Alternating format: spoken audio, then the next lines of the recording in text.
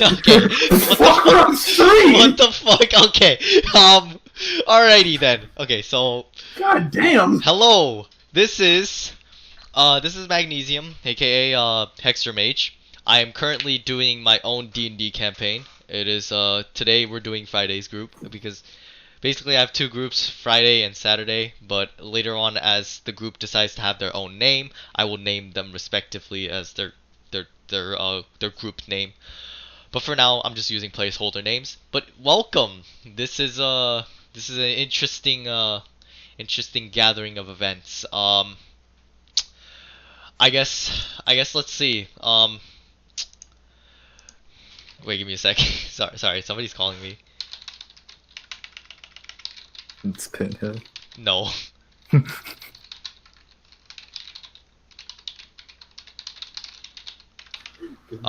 God a second. Yeah, my bad. But actually, let's introduce ourselves. You know, like not your character, but like who you are, like what sort of experience you have in D&D. So I guess we'll start with Gundor, or AKA Black Skull. I'm assuming. There you go, buddy. Hello. As you mentioned before, I am Gundor. I will be playing a Minotaur fighter for this session. So, moo.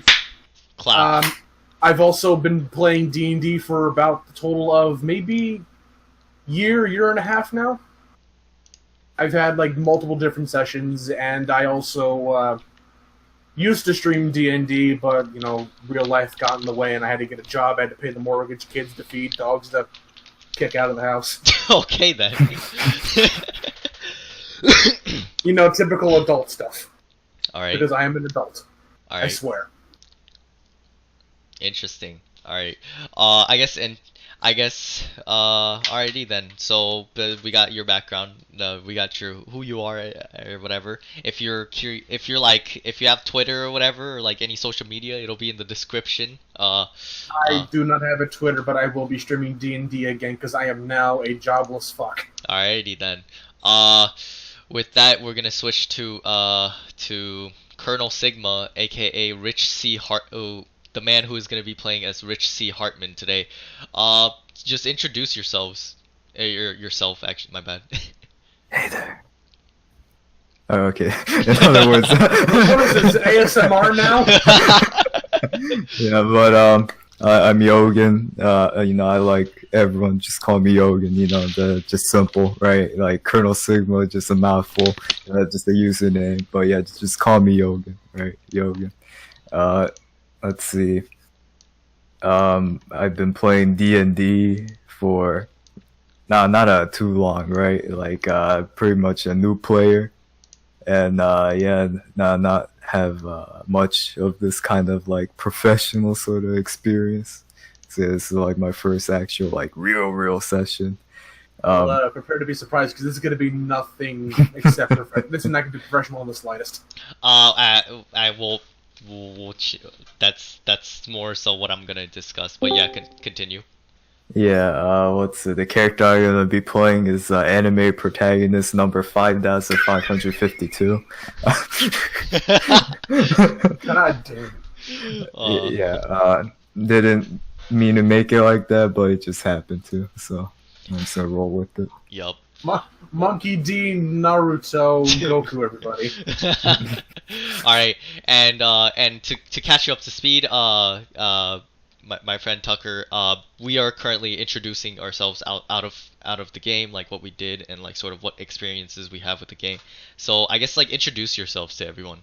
Hi, my name's Tucker. I'm gonna be playing Gage Crawford, the artificer. So what all have you explained about yourselves? Because I'm just gonna kind of steal that. What do you mean? Like, what do you mean, like, about ourselves? Like what we do? What you guys do, like you know, prior to this campaign, like what experiences you have with D&D, you know, like what led you to join and stuff like that. I've been playing D&D for about like 2 years. I guess I just started playing with friends, and it took me a while to get into the actual online, but I'm used to Roll20 now. I'm in college. Nice. I pretty much just do this, work in college.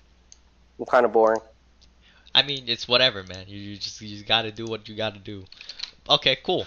So, everybody, all the spectators, unmute yourself and introduce yourselves, I guess. Oh god. Just Not- that, all at once. Yeah, all No, at not all All at at once. once, God, all at once, no, all at no, once, all at no, no, we do not know the wrath of which you are about to rot upon us. Everybody unmute.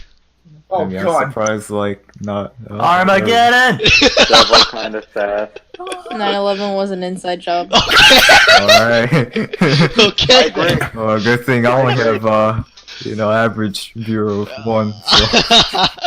And so it begins. Okay then. Alrighty. So I guess now you guys introduce yourselves. Yeah. So the difference with most of the D&D sessions, we actually have spectators. The reason for this is I need feedback as a DM and I need to improve. So the more people that are paying attention, or the more people that are, I guess, gathered and they can hear what's going on, the more information I'll gain and the more knowledge I'll receive. And I'm a very blunt person, right? I'll be very straight up. I want my players to just be ruthless, or my spectators to be ruthless. But if they can't find any criticisms, that's fine. That's whatever. I'm So, in other words, throw all the Rotten Tomatoes at you. Got it. yeah. Hell yeah. And then okay, so now I'm going to discuss over the overview of the entire campaign, or like what to expect in terms of my DMing. Basically, as a DM, I'm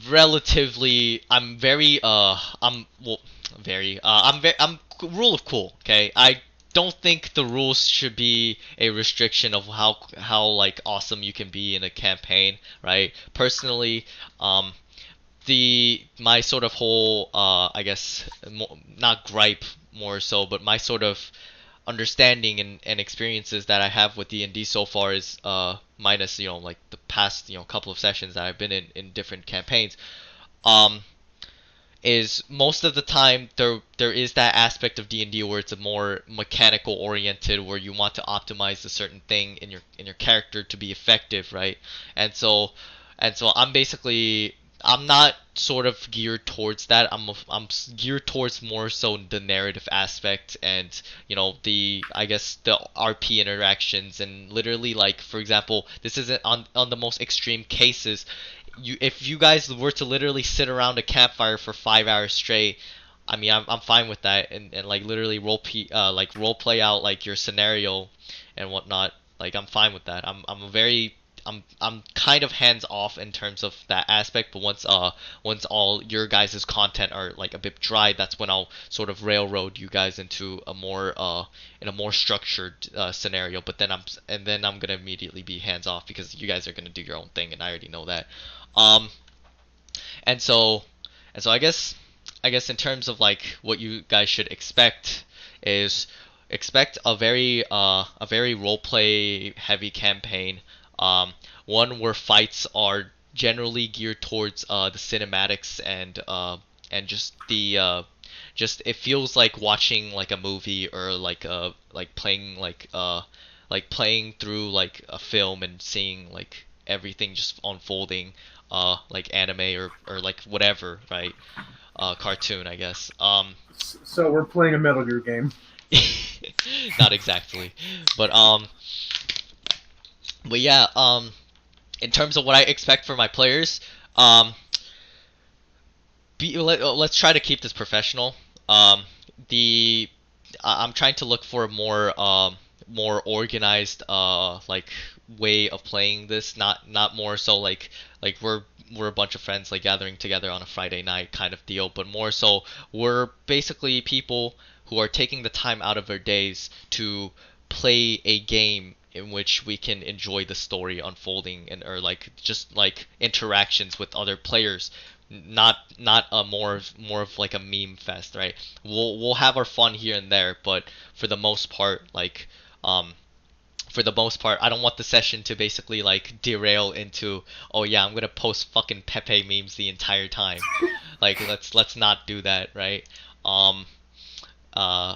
But but yeah, that's sort of like, I guess, my expectation.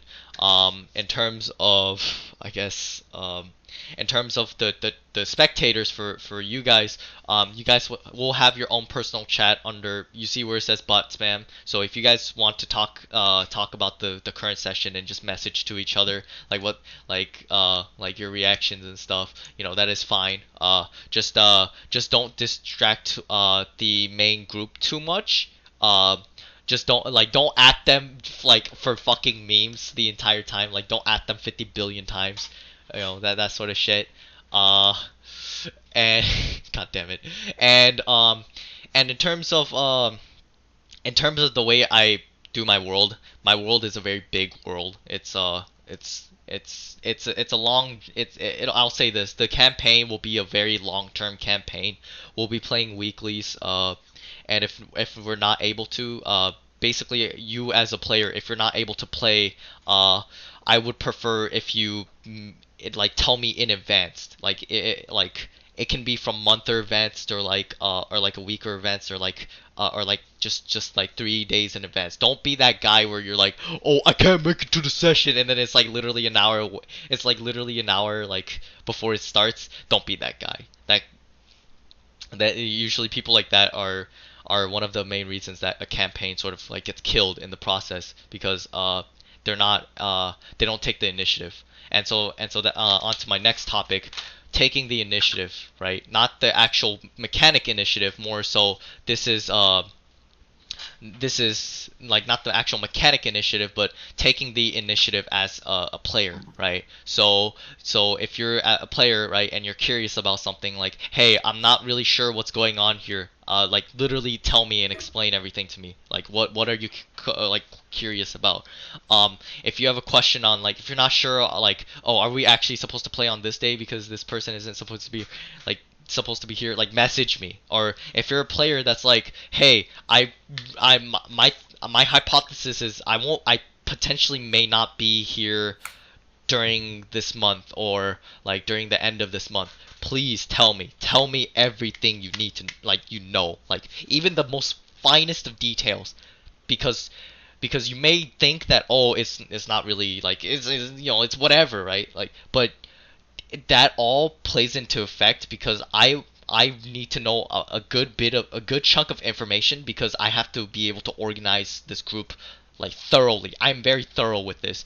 Just how you've seen in the interviews and character creation. I am very thorough with what I do, and that's because I have to do it very thoroughly. It's a necessary task for me. Although I'm putting a lot of work on myself. I mean, I'm fine with that, but like, I have to do it in that way for this group to sort of like stabilize and, like, stay consistent, because I'm currently looking for consistency. Consistency is key in a D&D online campaign. Usually the main causes of, like, an online killer is the inconsistency.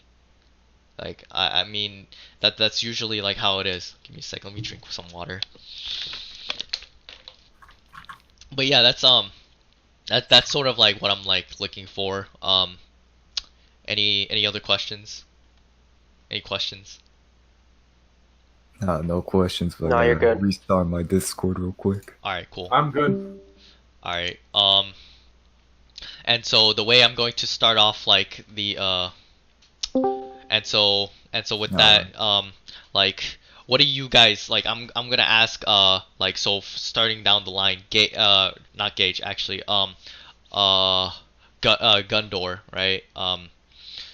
What are you looking for, like what are you, I guess, looking forward to in the campaign, and like, what's your sort of like, what's your reason of like why you're in this thing in the first place?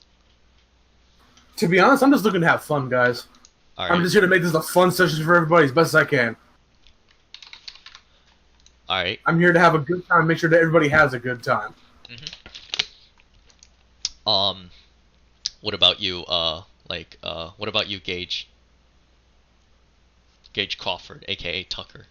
Yeah, I'm good with my character. I was on push to talk. Let me think. Kind of similar to what, who was it that just talked? I'm sorry, right before I went. Me. Black I'm Skull. gonna be honest. I'm gonna be bad with names until like the third session, so bear with me here. It's But, cool, bro. pretty much the same thing. You know, I just kind of I use D&D as way more of a stress relief. So if I do get a bit like memey with my actions, it's not on purpose. I just kind of when I look at a game, I kind of try to think outside the box and do like fun and creative shit. So Yeah, that's fine.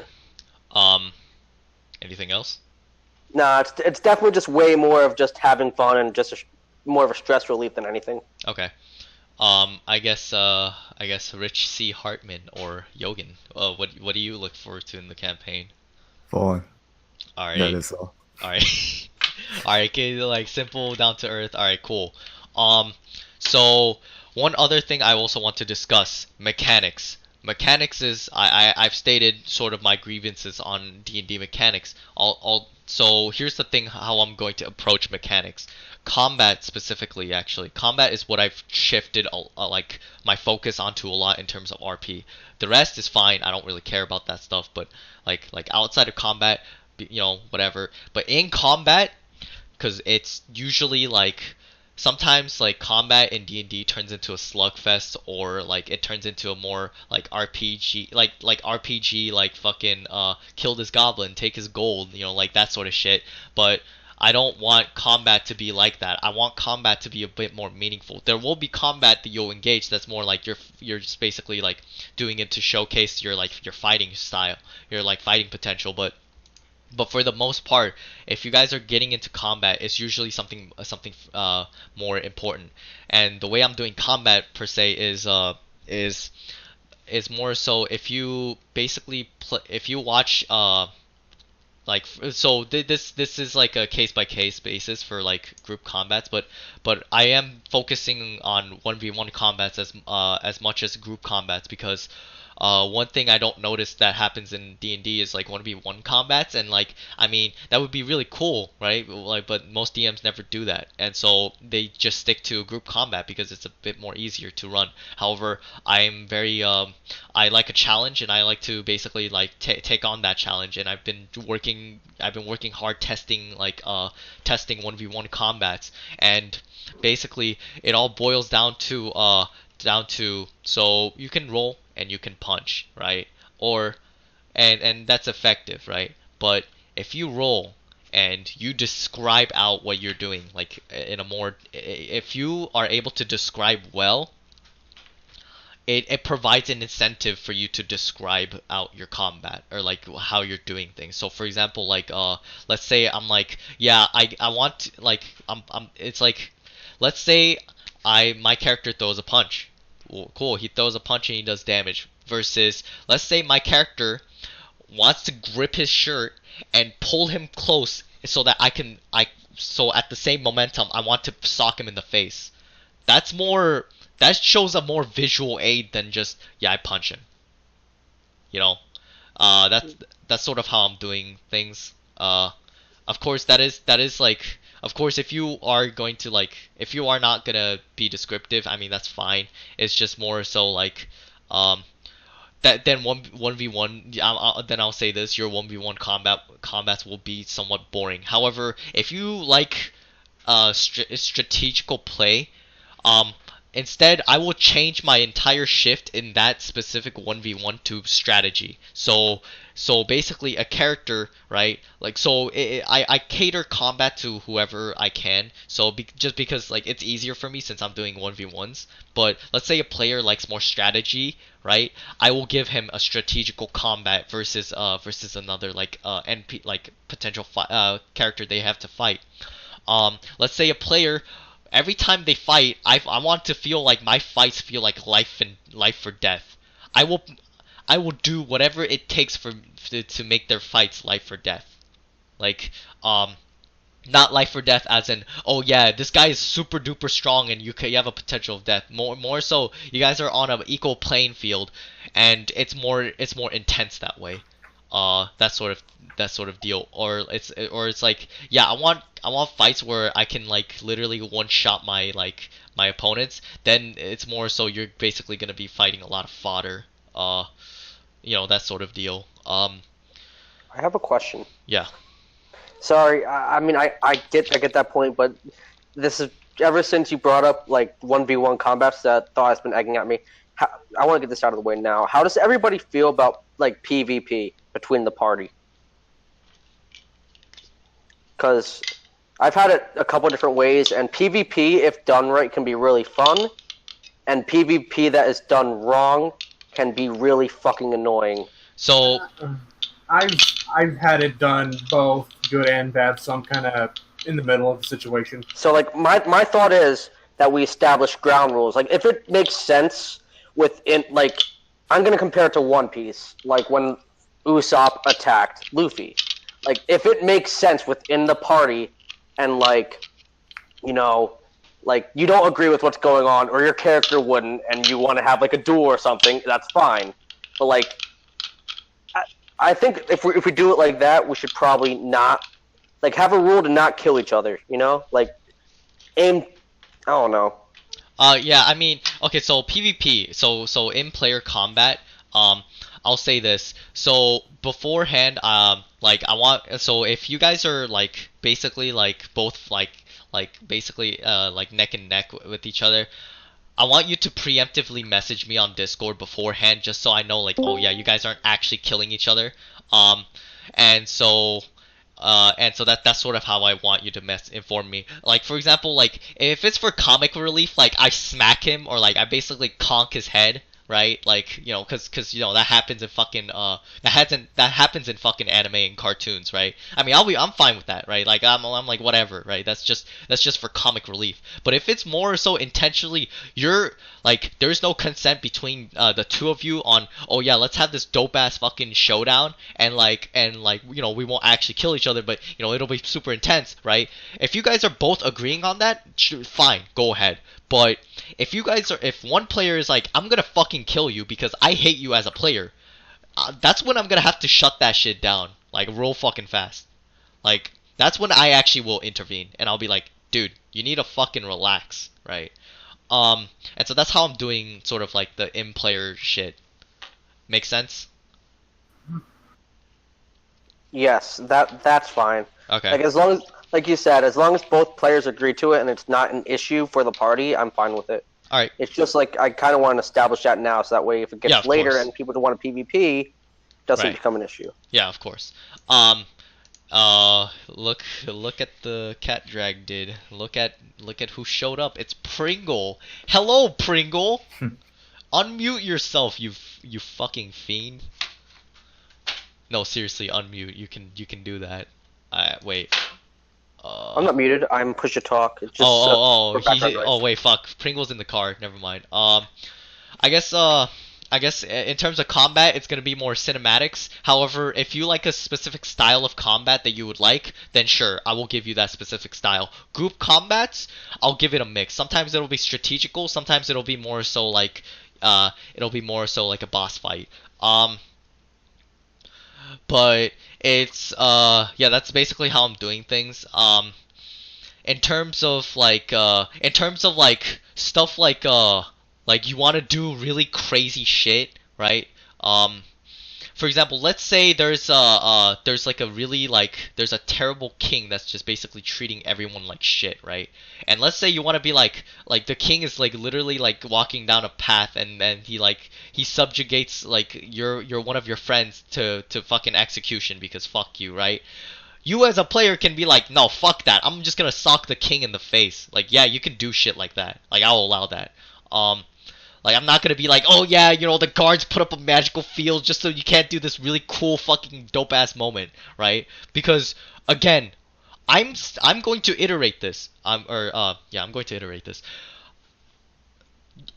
Your actions have consequences, right? Or consequences, but on top of that, you will gain notoriety. You will be notable for your things, like what you do, right? Maybe it can have a positive, maybe it can have a negative effect on what you do. I'm going to make that I'm going to make that a thing. And so because of that, you know, stuff like, oh yeah, you want to punch this really like high figure, like I'll be like, yeah, go ahead, like go for it. I want to punch Doflamingo in the fucking face. Dude. Oh my god. But something like that, like I'll allow you to do that. It's just more so depends on who, like how strong they are, you know. Like let's say like you're fighting Sir Crocodile and you punch him in the face, right? Sir Crocodile being like this character from One Piece who's like sand guy, right? He's like the Sandman, but he can absorb moisture way better than the Sandman. You know, if you want to be like that and you just want to punch him in the face, right? You punch him, but just so you know, he's pretty strong, and so he's gonna retaliate. He's not gonna he's not gonna be stupid and take the punch. That sort of deal. Um, and then I guess in terms of other combat related things. Um, oh, there is a unique mechanic in my world that is that's actually related to a mechanic based off of one of our players, and I call it the deadlock mechanic. You basically, in order for you to achieve this deadlock like mode, I guess, of position, what essentially needs to happen is you and another person have to arm wrestle, right? And so basically, like I'll take multiple factors, right? Let's say you're like a wizard and then you're arm wrestling this dude. You have to pass like certain athletic checks and like strength checks in order for you to even get to that deadlock. But let's say the wizard gets like a crit or whatever, right? And manages to get him into the deadlock, right? Just because you have a crit on strength doesn't mean you're always gonna like fucking beat the world's strongest dude. I'm just gonna say that. Like you guys will be deadlocked, and basically what deadlock means is it's a stasis of just pure peak physical peak physical strength to the point where you will essentially, as you arm wrestle, you will leave your body and you will fight another person like in a more incorporeal form, like not an incorporeal but more ethereal form, and this represents like a physical manifestation of your like strength, right? If anybody's seen JoJo, this is like the whole inspiration of stands, like whatever I got from stands. This is basically a stand battle. It's just whoever wins the battle, like, right? I guess like the action. You guys are actually gonna be fighting, but if you guys win the actual fight, basically your body will, your spirit will return back to your body, and you'll basically win the arm wrestling because your strength overpowers that person's strength, sort of. This is the work of an enemy stand. Yeah. And it only happens when you're arm wrestling. That's the whole deadlock mechanic. Fuck off. It is not inner spirit energy. Pringle. Fucking. Anyways, oh, another thing I have to mention, ki. The way ki works in my world is a bit more. So the easiest way of describing it is improvisational points. The more intricate way, or like the more, I guess, the more detailed way of describing it is ki is basically like a physical like manifestation. It is sort of not manifestation, but it is something more like peak physical attributes, right? So anything ki related that you do, such as like you know, deflecting a bullet, or like fucking, you know, or you know, turning your body into like paperweight to like avoid attacks, turning your body like into it to basically like boosting up your like defenses and stuff. That's everything. All that shit is physical, right? And it also has to deal with momentum. So using ki to increase your sort of like your innate speed, that sort of thing. And so that's like that uses up ki. So ki in a sense, in that aspect, is an improvisational point. You can't be like, oh, I use ki to basically like I don't know, like fucking Cast kill word command. yeah. Like I can't do that. There are limitations. It's only physical, and the reason why ki exists is to counter a not counter, but it's a more like it's the way it exists is to explain like why a purpose for ki in my world, right? For example, in other D&D campaigns, give me a sec, I need water. In other Actually, D&D good idea.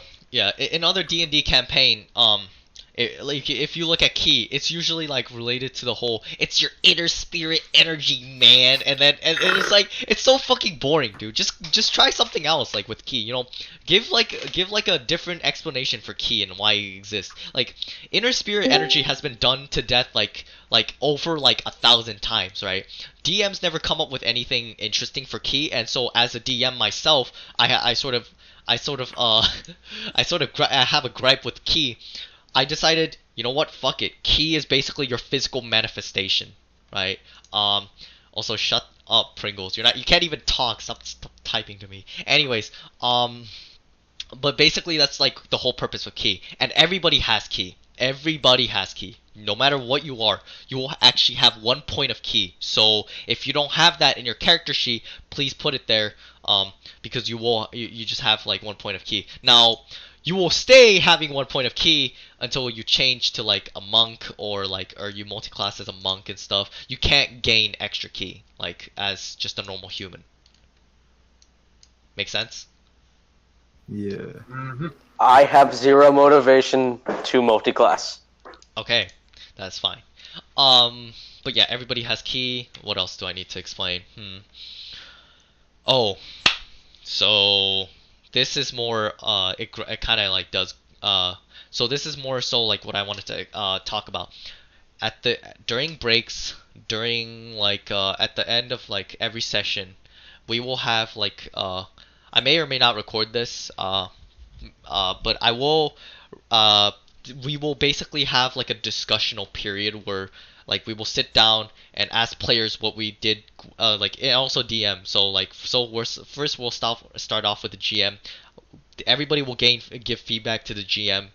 Be in this section, please be as blunt as you can. Tell me everything that I could have done better, or why you did this in this specific way, or I'm a fucking lazy fuck who needs to shut the hell up and do your work. That like I want you to be as blunt as possible. Okay. Like that's the only way I'll ever improve. I don't want to be stuck in an echo chamber, being like, giving myself like a pat on the back just cause like nobody said shit about like how garbage my DMing is. I don't want to end up like that. That's what I'm trying to avoid.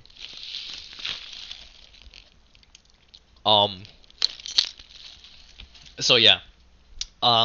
So we'll start off with players, and then basically like the players will give feedbacks on what they did, and so this in return also improves the players as well. We're growing at the same pace, we're growing as people. We're learning things. This is a more efficient way to learn what you could be doing better, or what you did wrong, or not wrong, but more so like what you could have done better in that situation, or like reasonings and stuff.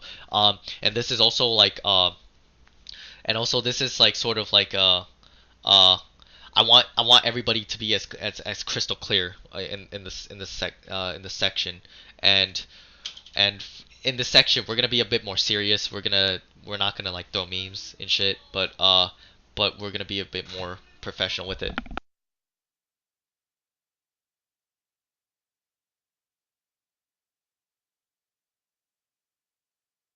Hello. Yep, we're here. All right, and with that, I've discussed about the end of the meeting and break discussion. If there is grievances with other players, please tell me, because my previous DM did not help to diffuse the situation or take any course of action. I will take a course of action if needed. I want everybody to be clear as possible. All right, got it? Yep. All right, good Yeah, shit. so I'm gonna grab something to eat real quick. Sorry, I just got back from up. Hey, what's up? Okay, so Computer's booting up. alright, cool. So I guess Pringle, introduce yourself as a player. Like, who are you? Like, what did you do? Like, what do you do for like D&D and stuff? Like, what's your general background? Alright. So, yeah, I'm Pringles or Phil. Kind of prefer you just told me Phil, but whatever. I've been playing now for about like a year and a half. If you never heard me and him at all, you can obviously tell that me and Matt here are like pretty good friends and stuff. But like, I won't let that get into like the way of the game or whatever. You know what I mean? Because like, if you ever hear me, him, and like Star Pencil and Atoll, you won't. It'll be so hard to differentiate like that when we're in a game. Like actually, you know what I mean, Matt? Yeah. It's more it's more I'm focusing on professionalism in this in this campaign. Like, well, I mean, we'll have our jokes, but like, I don't want the again. Yeah, I'm not. We're not gonna. I'm basically what I'm saying is that like even though out of everything else we usually devolve, we don't do it when it. At least I don't. We all don't do it when it comes to D&D and stuff because you know you gotta keep a level of professionalism. especially pretty much- especially in an online campaign, like, you know. Oh yeah, definitely. In person, bit of a different story, but basically for me as a player, I like to. I'm like I guess more roleplay heavy focused, and I kind of like to Yeah, flesh okay, out my bro. characters Hey. such as. Oh, somebody I came like back. to like. I like to like flesh out my stuff more like as we play more and stuff, and I really like doing like player interaction between the characters and stuff for like development purposes. Just so, like even if it's like very small talk and stuff, you know what I mean? Yep. But other than that, I don't really think I have much to say, to be honest. Okay. And actually with that, I'm going to segue into another topic. So basically the whole topic of like of RP, because this is RP focused, however, my sort of perspective on RP is usually like it's the whole like if you're a player that's not going to take the initiative to speak, right? You need to like you want to. It's like a fight for the mic type of deal where like if you want to do something like say it. Like don't be in the back line like letting everybody do what they want, because you're it's gonna get to the point where like it's gonna get to the point where everybody is like everybody literally forgets your character. You want to be as vocal as possible. Even if your character is quiet, just say in your normal voice, hey, I'm gonna do this, or because basically my philosophy, or not philosophy, but for me, right, if a player wants to do an action takes over, an action is priority over is priority over basically speaking. So let's say a player says like a player wants to be like wants to go to a store, right? That takes priority over over a player like RPing with another player, you know, sort of deal. I'll basically like point out, hey, your character, you know, like does this, and then we'll cut back to the other players that were talking, sort of deal. Any other questions? Would it be a reasonable idea to roll initiative for everything? Versus No. I was just, I mean, I'm not worried about speaking up. I was just saying that, like, if, like, we're in a situation where you expect them to do things, like if we're in, like, a general town or something, rolling initiative so that way everybody's not speaking over each other, especially if this is going to be a bigger, like, group, it might be easier to organize things. It was just a suggestion. It's more so like once everybody gets comfortable with each other, like we won't even need that. But for now, like I'll have that as like an idea. And so basically, like the way I'm doing things is I'm a very good at like knowing how to pan out and pan in on other people. So that's the reason for that is like me knowing like basically like me knowing like cinematography and shit, or for fucking basics of it. But yeah, like I know so I'll have a specific like set limit on like what you can do. I'll have like a time, right? And so I'll time everything, and so I'll be like, okay, cool, like you've done enough, but I'll find the perfect moment to basically like cut out and then basically like switch the camera over I guess in this aspect, and then to focus on a different group, because I am going to, you know, the whole oh yeah, don't split the party together thing. Yeah, I don't follow that. That's not what I do. But yeah, any other questions, any other comments, concerns, whatever? Nobody's talking. Can everyone hear me? Yeah. Yeah, I'm good. I was just Alright. kind of looking at things. Alright, cool. So in the session, I would advise like don't be that guy playing Overwatch. Just for everybody, like don't be that guy to basically don't be the type of person to basically play Overwatch or like fucking Super Smash Brothers Melee or fucking like Dota 2 or League of Legends or literally any game. Don't be that guy. I mean, you could literally browse through Well, I'm like sorry. What's up? fuck you. Look, No. you didn't mention fault in any of that. It's fair game. I'm sorry. Hey, what's Well, up? I'm sorry. I was legitimately out for a sec. Don't play any games. Don't play any No, games. That's literally it. Yeah, of course. Don't be the asshole who's like, yeah, I'm just gonna fucking play this video game while the DMs do like everybody is giving them like their undivided attention. Don't Excuse be me that while I play Monster Hunter World. guy. Yeah, don't be that guy. Like Yeah, or just like any Hey, distractions. if you're really that bored, right? Just play a really unintended game. like a fucking brain dead like game. fucking Minesweeper, like fucking like or just go like Yo, my sweep requires like fucking. No, 10,000 Minesweeper, that's brain mind cells. intensive, dude. okay, well fucking Solitaire. Well, let's say Argario. okay, yeah, like you could be playing Argario, right? But like don't try to do your best to like to keep entertained. If you're not entertained, then just tell me like tell me what I did wrong. You know, this is sort of like in the critique section. So yeah, that leave it for the critiques. I mean, to keep myself engaged, I just play music in the background. Oh yeah, that's a really good way. And oh yeah, music. I will be playing music occasionally. For the time being, there won't be music at the moment because I have to set up some shit. And I have to know how like roll Watch the language. Fuck you. You're on Twitch, god fucking damn it! Watch your fucking language. I guess he says, but he's okay. Wait, just talk in spec chat. That's the spectator chat. But yeah, that's it. Anyone else want to say one last word before we start? One last word. I mean, one last phrase, sentence. Coaching. I got a few words to say. Nah, I'm good. Okay. I have to deal with this at night. Okay. Anyone else got something to say before I say something? Wait. Give me a sec. Knock, FBI. Spectators, if you guys want to talk, this is your time. Yeah. Don't Unleash, give them this unleash power. the You know what floodgates. happened. Unleash the Unleash. floodgate. Whoa! Everybody on Well, mute. Okay, so I'm trying to get better at role playing too. So while you're also critiquing him about his DM style, if you have any pointers, because I'm still fairly new to the actual role playing aspect of it, so Yeah. I'm gonna try and stay in voice and in character most of the time. But if Just mention when you're out of character. Like, yeah, I mean, sometimes, like, when you're first starting out, it's kind of hard to, with voices specifically, it's hard to, like, more subtle stuff.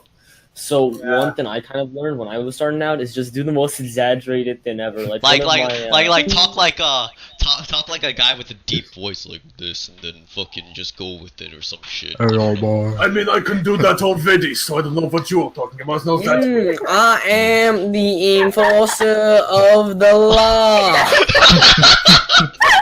I am from the valley of Wessex. Alright. Like having like Is someone having a here distinct breaking character the voice. law? What?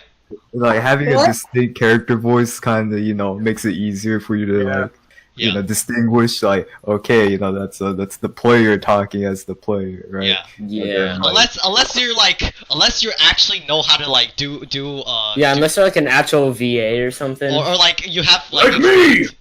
Well, unless you know how to like portray yourself in character versus like in real life, so Like, doing subtle voices and accents, that shit takes skill, which Yeah, is that- why I do ridiculous voice. And I'm joking. I mean, I'm pretty much the only series VA out of everybody here, so fuck it, why not? anyways, Hey with man, that, why are you talking like a weirdo? with that, everybody mute except for the players, and we will start off the campaign. However, some players will not be included in the first session 0, such as Pierre, aka Pringles. Pringles is currently he is currently in a different session or a different campaign, and so once that campaign ends, he will be included into the party. But Yeah. player like Gage, your inclusion will be later. So for now, just listen, and so you'll basically be a spectator for the time being. Actually, we'll pan the camera in and out, okay? And Gundor, I know I'm in the session for sure. Yeah. yeah. Good luck out there. All right. I got some final words before we start this though. Yes. Let's fucking go! Okay. Then. I got a dip. I'll see you guys later. All right. Oh my god. Peace. Alright. Don't die in session 0. There you go. I'm not even gonna be there. All right. With that, let's begin the session. Yeah.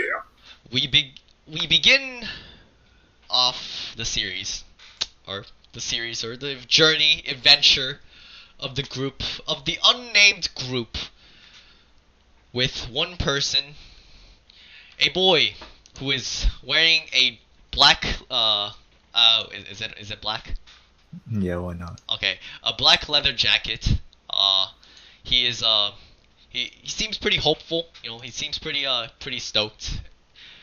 And he is currently about to sail the sea in the East world. What do you do, Yogan? Or what do you do, Rich? You know, can just make it like green. Oh, white. Oh, yeah, sure. Green jacket, yeah. Okay, all right, green leather Yes. jacket. Yeah, why Alright, not? go. All right, go. What do you do? Let's see. Well, like, where am I? Like, I'm gonna look around.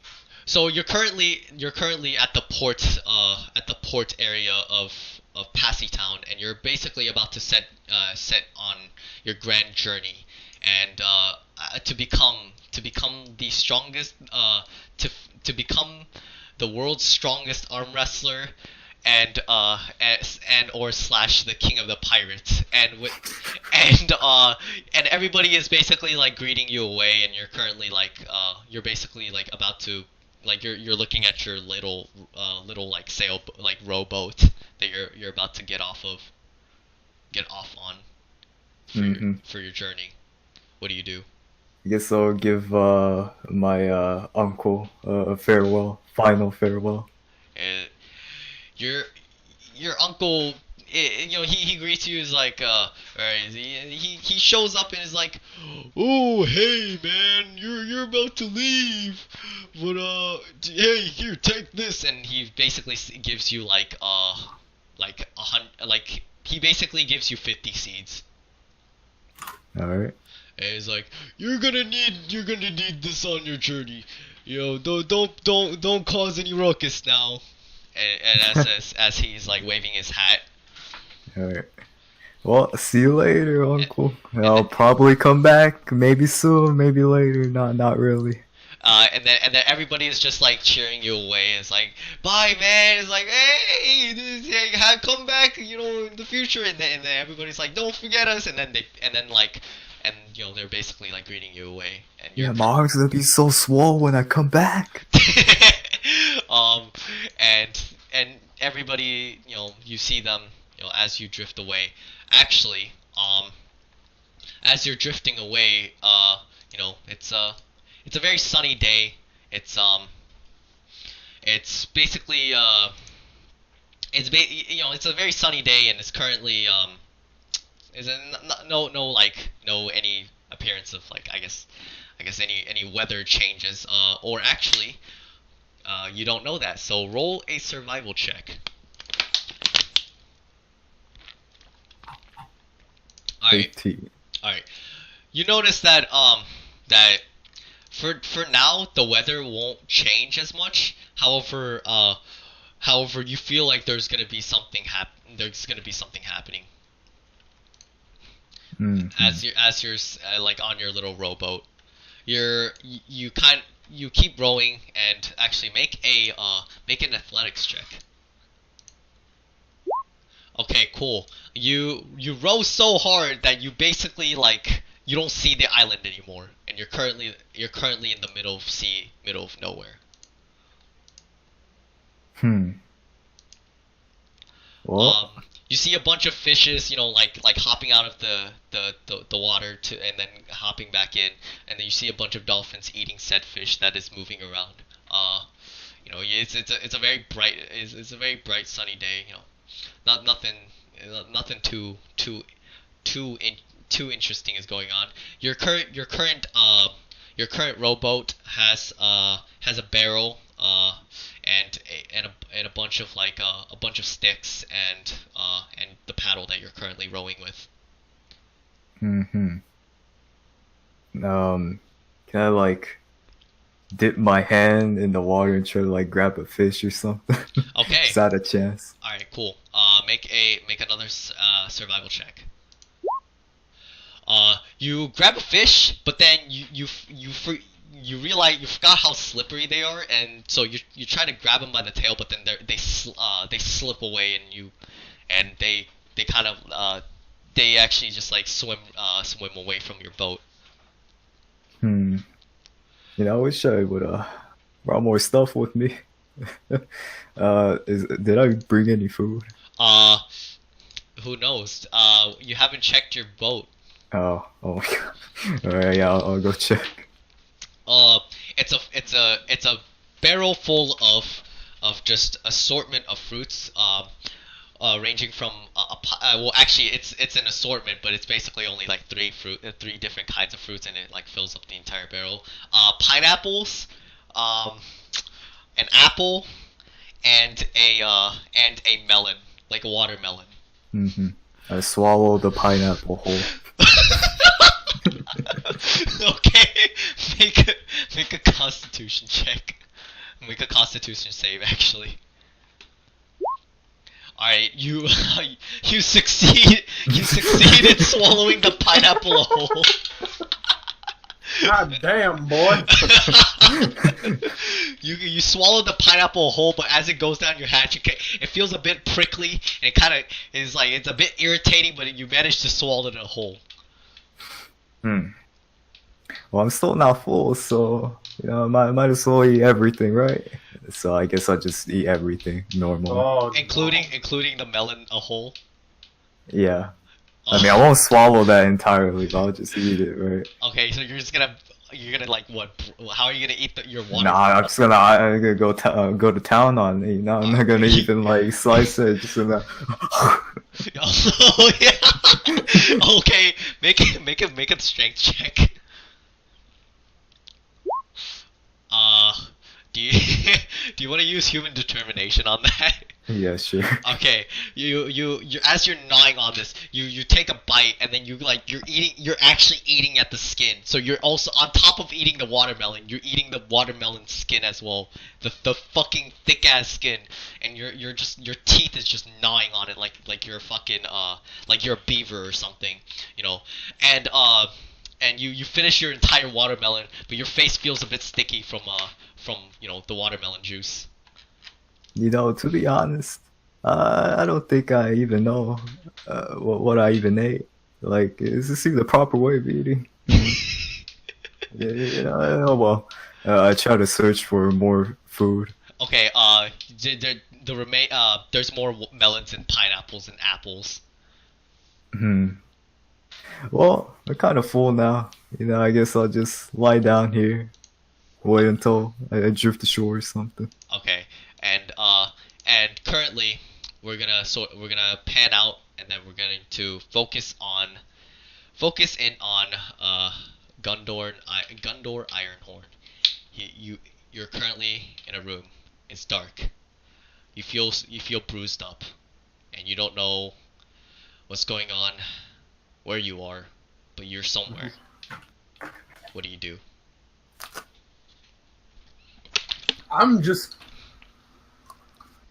He's just gonna grunt to himself and just accept whatever's happening. This is probably some more bullshit he got in trouble for. And as the door opens and you see a bright light, the guy, a man with a very buff man, 6 feet, he shows up, and he has a jug in his hand, and he just opens the jug, and he's just fucking drinking it. He's like,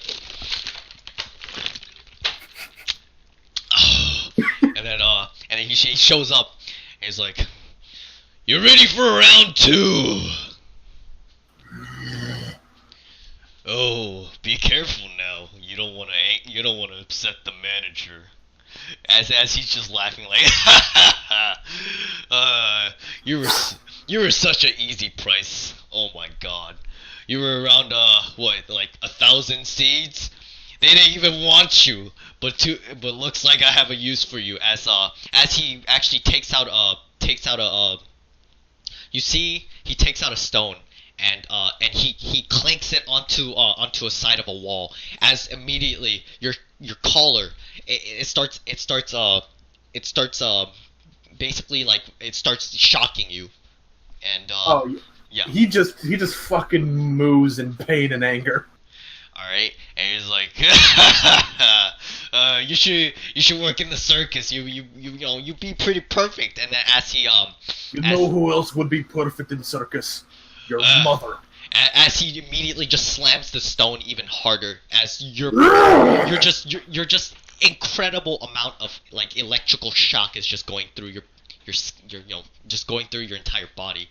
Make a Constitution saving throw. Boy, you ain't doing shit. It fucking hurts, but you managed to eat through, and you're still alive, but like you're like barely breathing. And he's like, oh yeah, here, I'm supposed to give you this, and then he basically tosses you a bunch of apples. However, you notice that the apples are rotten.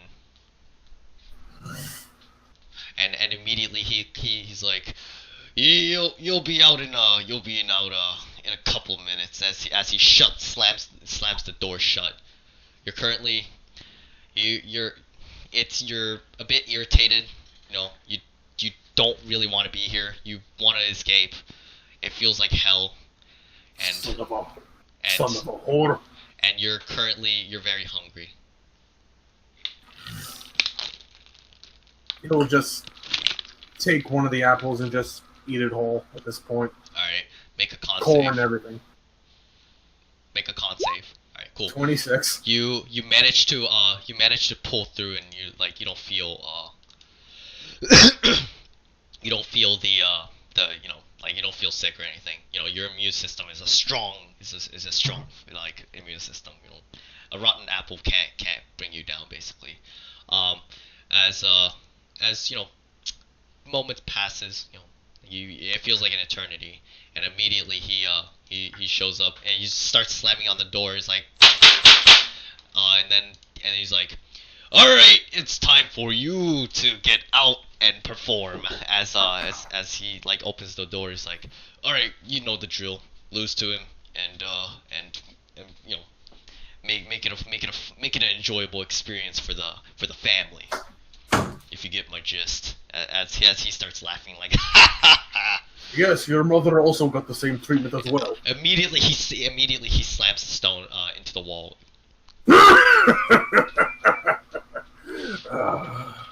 Make another con save. Oh, please let me pass this one so I can laugh in his face. Oh, 920! You feel this just strong burst of energy, and you feel like you just bulk through, and immediately it's like, ugh, whatever. Anyways, do your thing, you filthy cow. As he like basically shoves you into the ring, and then the ring, you hear like the ding ding ding, and it's like, on to our right we have the bull known as fodder, and then he points towards you, Ironhorn, and then he immediately is like, in our left corner we have the world's greatest champion, the greatest boxer, and as he says, like, as he starts hyping up the crowd is going wild. This is a bit more like in-ground fighting pit. The location is currently like it's a bit dark room with just little tiny electrical lights, just lighting up the place. And basically the a bunch of slums, you know, like bunch of, I guess, people, like the poorer people, or you know, the thugs and stuff. They're basically watching, and they're holding money. It's like, I bet that guy, and then it's like, no, I bet on the cow, and then you know, like, people are basically betting each other, and it's the crowd is getting hype, and he's like, in our left corner we have the wise guy, and it's like, and he's this dude who shows up like wearing glasses, and like and his well, basically he's wearing an owl mask with a cape, with the glass over his face, and immediately he like tosses his glasses in the crowd, and he's just basically flexing for the people. Gondor just looks at this guy like, what the fuck? And he's basically like, wait, how tall is Gondor? He's 9 feet tall. Okay, this guy is like 7 feet. But yeah, and then immediately he's like, yeah, all right, a knockout, you know, it's best 2 out of 3. A knockout is basically the if anybody gets you know, fight until you knock out, basically. With that, I want the fight to be not clean. I want everybody to be bruised, and you know, and make the crowd go wild. And then immediately he puts his hand down, and then fucking you hear the ding, the buzzer clock going off, and immediately the owl guy is like, oh, hey, you don't think I can beat you in like 5 seconds, and immediately, like, he basically like punches your stomach. Whoa. Is that what he's doing now? He immediately goes for a punch in your stomach, and he does what's your AC? 15. Okay. Give me a second. Let's see. If I'm wearing my arm, then yeah, it's 15. Okay. Oh no, 17. My bad. I was looking at my health because I'm a dingus. It's 17. I'm sorry. Okay. The guy punches you, and basically dealing, let's see, dealing 2 damage, and he gets a successful hit on you. Now it's your turn. Okay, just let me pull on my calculator real quick. You could just like go in your health thing, like, and roll. Yeah, 20, I know. And then just click down twice. Okay. There's like a little scrolly thing. You said he tried to punch my stomach, right? Yeah, he hits you, dealing 2 damage, 2 bludgeoning Since he's I'm actually gonna cup both of my fists together. I'm gonna slam them both down on top of his back, crushing him to the ground. Roll for hit. I don't have like an unarmed strike, so what do I roll for this? Yeah, wait. I'll quickly make one. Yeah, sorry, I wasn't expecting to be weaponless. I'm sorry. No, it's cool. And then D4 strength. Cool. Roll for it. I don't see It's in it. Oh wait, fuck. Wrong person. Wrong sheet. Wrong sheet. Shit. I'm so sorry, dude. Okay. Okay. You gave it to the wizard. How dare you? Oh my god, my bad. Sorry. D4. There you go. Cool. And then yeah, you can roll for it. Does an 11 hit him in the back? No.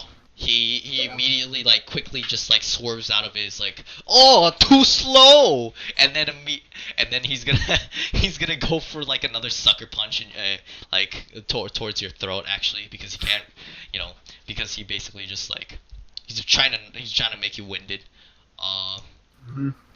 However, you know, you're kind of used to this. You try to dodge away, and then basically he's basically like he's open. He's open, like he put himself in an opening. What do you do?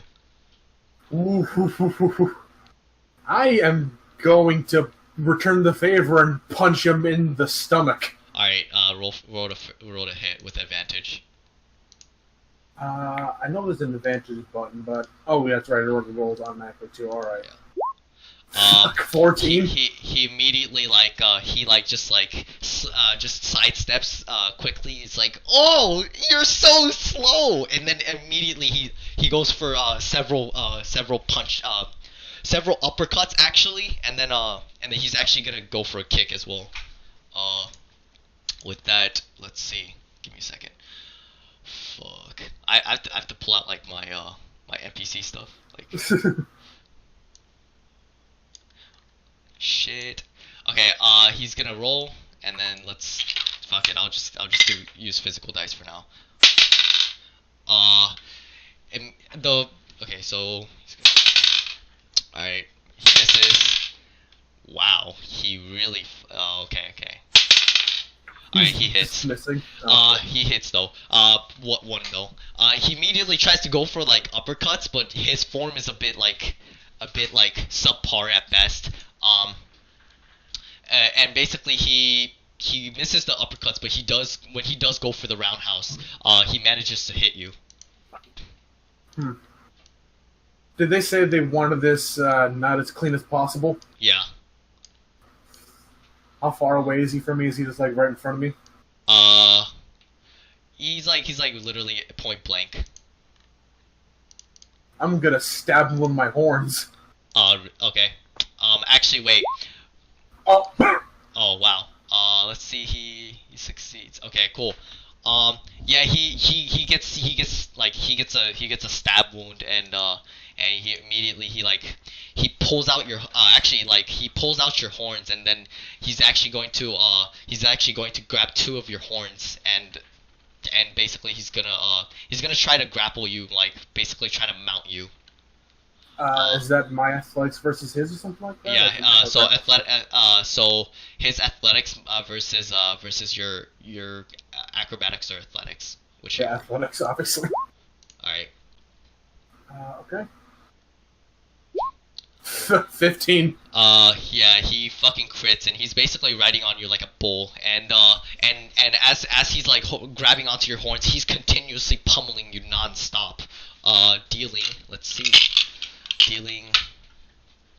As he continues to pummel you, he's like, "Stupid cow, you should know your place!" And then immediately he's just going at it.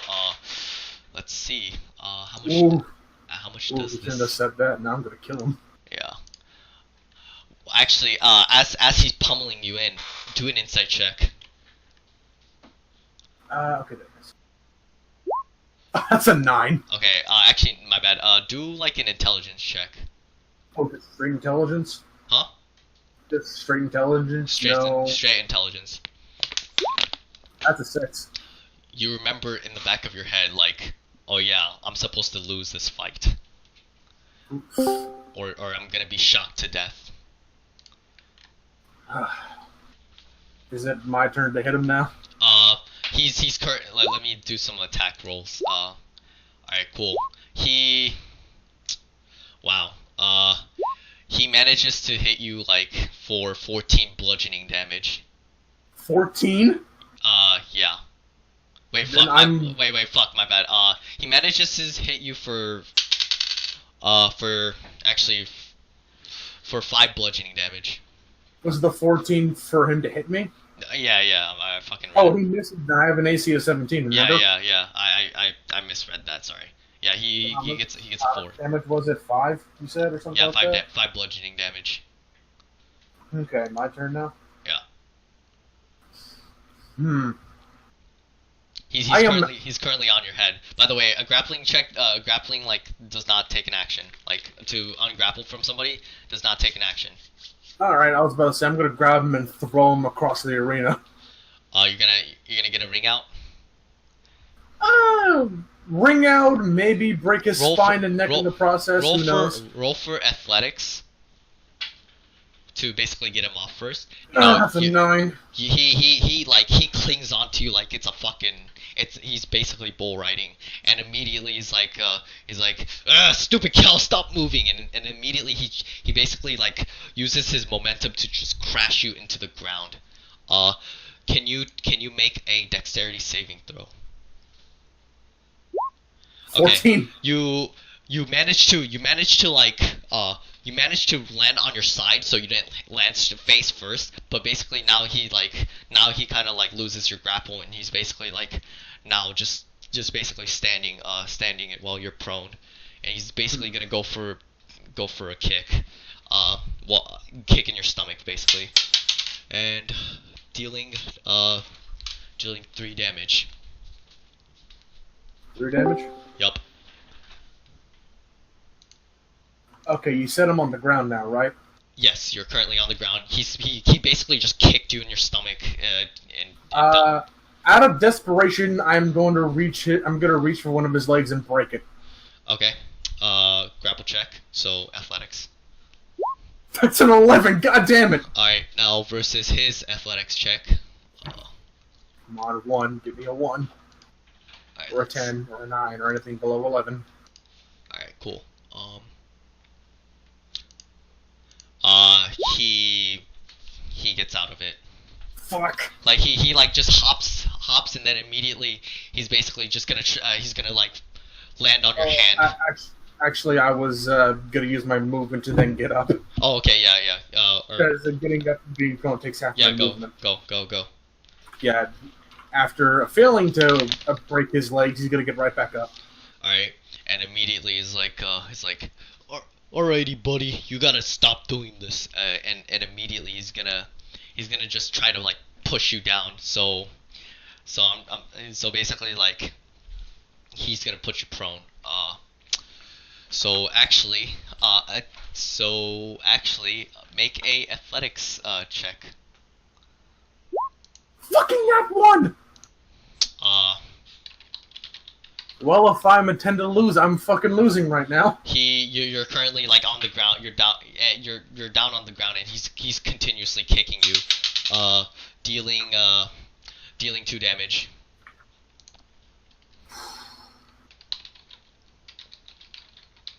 Okay.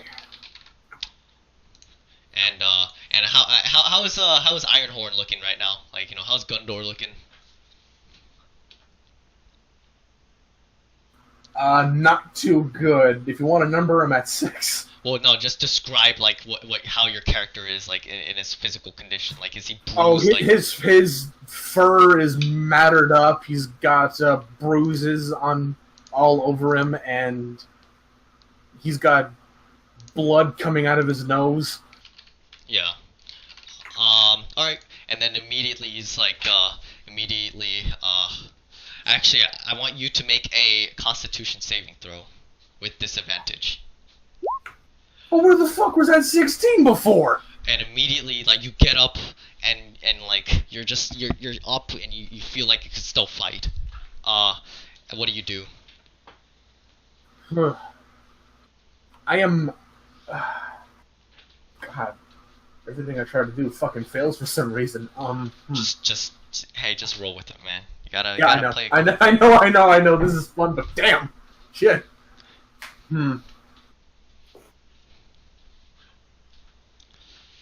As your character is getting up, you know, he makes a smart remark like, oh, Cal can still move around. I see. Looks like I gotta turn you into steak. You know what? I am going to punch him in the face, but the way I'm doing it is I'm going to use a key point to just basically fucking increase the air pressure around his fist, so I plus ultra him right in his dumb, ugly nose. Go ahead. Oh, there goes my key point. Just do I get anything special out of this? You will. I'll tell you. Just go. Just roll it. Roll the hit. 17. You met as your punch connects. You know, he's hit. You know, roll for attack. 8 bludgeoning. Roll for another attack. Roll more damage again. Yeah, roll another damage. 9. Alright, you immediately like strike him, and as he gets hit, you know, like he's a bit wobbly, you know. He's like, oh, what the hell? You can still fight, and immediately he goes in for a final, actually not a final punch. He goes for several punches at you, dealing. Let's see if they hit. Yeah, those two hit. that doesn't hit. Alright, cool. Um, dealing 15 bludgeoning damage. Really? 15 altogether? Yes. Well, if that's the case, I guess I'm down to 0 at that point. Yeah, you're unconscious, and immediately it's like 1, 2, 3, 4. Make a con save actually. 5, 6, 26. 7. Yeah. However, your character like still unconscious, right? You're just your own sheer inner strength just puts you up, and you're currently like barely standing. Any hit from this guy, you'll basically get screwed. What Actually, do you do? what I'm going to do is that I'm going to use my second win action, meaning I get to roll a D10 plus my fighter level Go for ahead. my HP. Go ahead. Roll that. That's a 9, so in total I get 10 HP back. Nice. And as you basically get up, he immediately he gets opportunity to hit because you were basically getting up.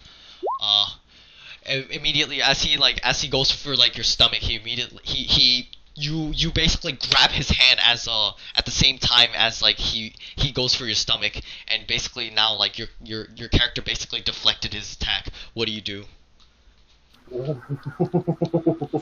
Are there any support beams nearby that I can slam him into? Yes. You're currently behind one. I am going to slam him through the goddamn support beam. Alright, roll for grapple. 17! Alright, nice. Oh wow. He just barely surpassed it. Damn. Immediately as you try to pull him, he realizes what's going on, and immediately he just goes for he goes for a hammer fist against your hand, breaking away your grip, and however your wrists kind of feel like it took a damage from that from that hammer fist basically, and immediately he's gonna go in for another barrage of attacks. So let's see. That doesn't hit. That hits. That doesn't hit. You take 6 bludgeoning damage. Okay, down to 4. Yup. And actually, I want you to make a con save. Nat 20, where the fuck was this 10 minutes ago? Your sheer bulk is just fueling your inner energy, you just feel super powered. And You say Ron is playing in the background. yeah, and immediately feel free to describe your combo. Oh, my combo? Yeah. Well, first off, it is going to start with a heavy punch right into his gut. Roll for Then attack. Oh, okay. As you're saying this. That's a 10. Alright, go, keep going. Then I'm gonna go for a direct uppercut to his chin. Alright. Fuck. Hey, can we just appreciate that number real quick? God damn it, fuck off. Fuck off. Alright. Do I have any more moves to make? No, just keep going. Keep going with Okay. yeah. I'm gonna stab him with my horns! 25! Alright, roll to hit. Damage. It's Nice. 9 piercing to him.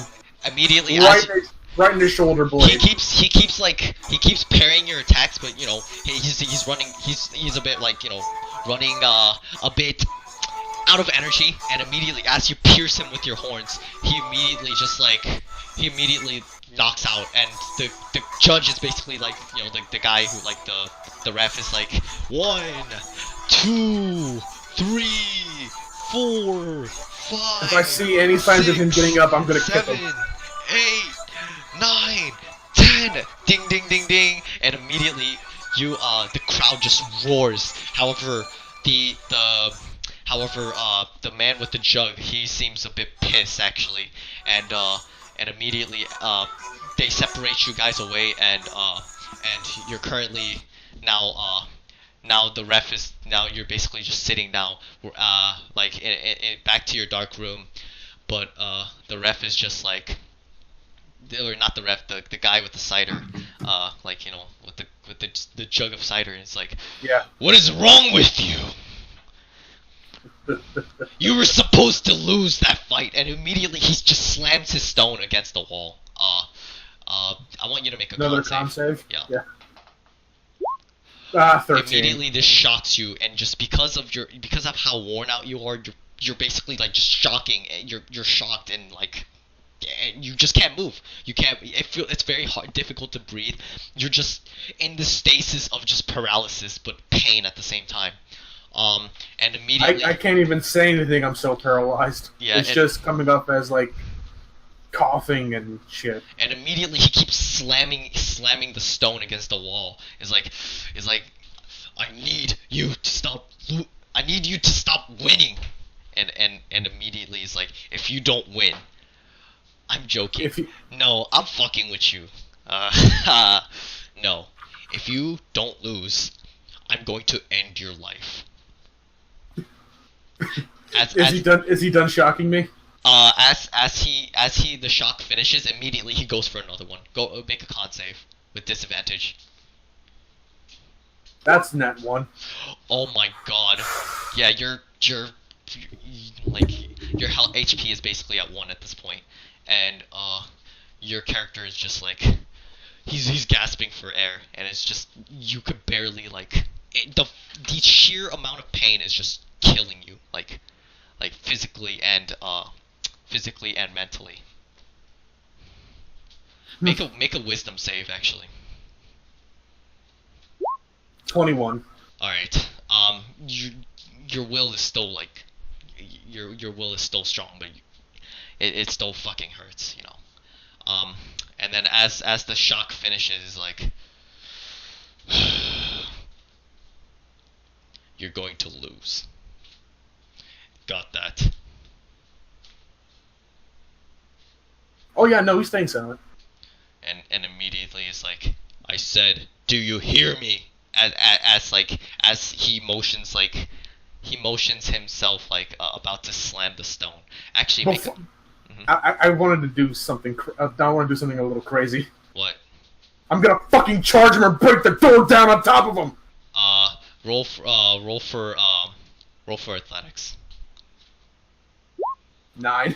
Immediately he basically he dodges your charge, but he grabs your hand and just slams you inside the room wall, and I do wall damage as well, and floor damage, dealing 1 damage.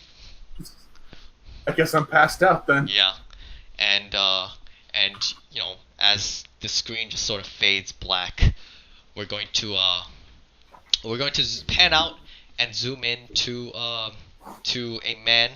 Currently, he's just looking around this just strange town that he just came across. You don't have you have a basically a small sailboat, not an actual ship, and you're just basically docked it at a nearby port. What do you do, Gage, or AKA Tucker? Huh. So have I been introduced to him yet? No, you're like you're nowhere near him. Your character doesn't even know he exists. Okay. I guess I'd be looking around, waiting to see if anybody gives me any orders, and then if not, I'd probably just exit the ship. Oh no, it's just you. It's only you on the ship. You're just traveling by yourself, basically. Okay. Give me the general scenery. It's a typical port village. But basically you see a shipment of fish being carried out and carried in. You see a bunch of people, scattered about, doing their own stuff. You see a town center, like a town center, like a fountain in the middle of the area. As you look past the coastline, and and currently like people are just congregating, like you just see them congregating, talking about whatever, and then and it's just basically a normal city, or like a normal Okay, like so yeah. the fishmen, you said they're being shipped out. Are you talking like slavery? No, like just work, like just people, Okay, like okay. fishmen, like people, Okay, the fishers. I know what you mean. Yeah. I know what you mean. I was just making Yeah, sure. yeah. I'd probably be bartering, looking for general materials for my boat, like like rations or, Okay. general supplies that I'd be making during a small voyage. So I'd probably be in the town market, just trying to haggle. You're at the town market, and you're just looking for like supplies and stuff. Um, are you going to like a vendor, or are you just gonna go to like a general store? Are there any specific like vendors, like I'd imagine like in a bazaar type thing where they'd be like calling out to you saying we have this or we have that? There are people. Is there anything like that? Yeah, there is. There are people that's calling out for like for fish products, or for sea products. There are people that's calling out for spices. You hear somebody's like just saying, we have really good food from a different country, or not a country, from a different island. And then you hear people saying like, people talking about, oh, and he's like, come get your weapons here. It's like as this blacksmith is just clanking on his anvil, working on some like basically steel based stuff, not steel based, but like just iron working. So okay, you continue. I was gonna cut in, but you have more to say. Yeah. And then you hear more people talking about more talking about lumber, get your lumber, like stuff like that. Just random people, just random I guess just people saying like whatever supply, and and saying get it, I guess. You hear you also hear like people people arguing about like, oh yeah, this price is too expensive, I don't have enough money for this. It's like, we'll go do business elsewhere. And then like people are just like, you hear people arguing, or people like making deals and trades and stuff. What do you do? Well, I think first I'd be kind of interested in the weapons, seeing as my profession. I'd probably be talking up the local blacksmith. I'll walk over to him and be like, so what kind of weapons you got here? Anything really? As he basically like takes a glass of milk, and then he's like, you see what it appears to be black cylindrical discs, and he's just dipping it into the milk, and he's eating. And then he's just crunching. And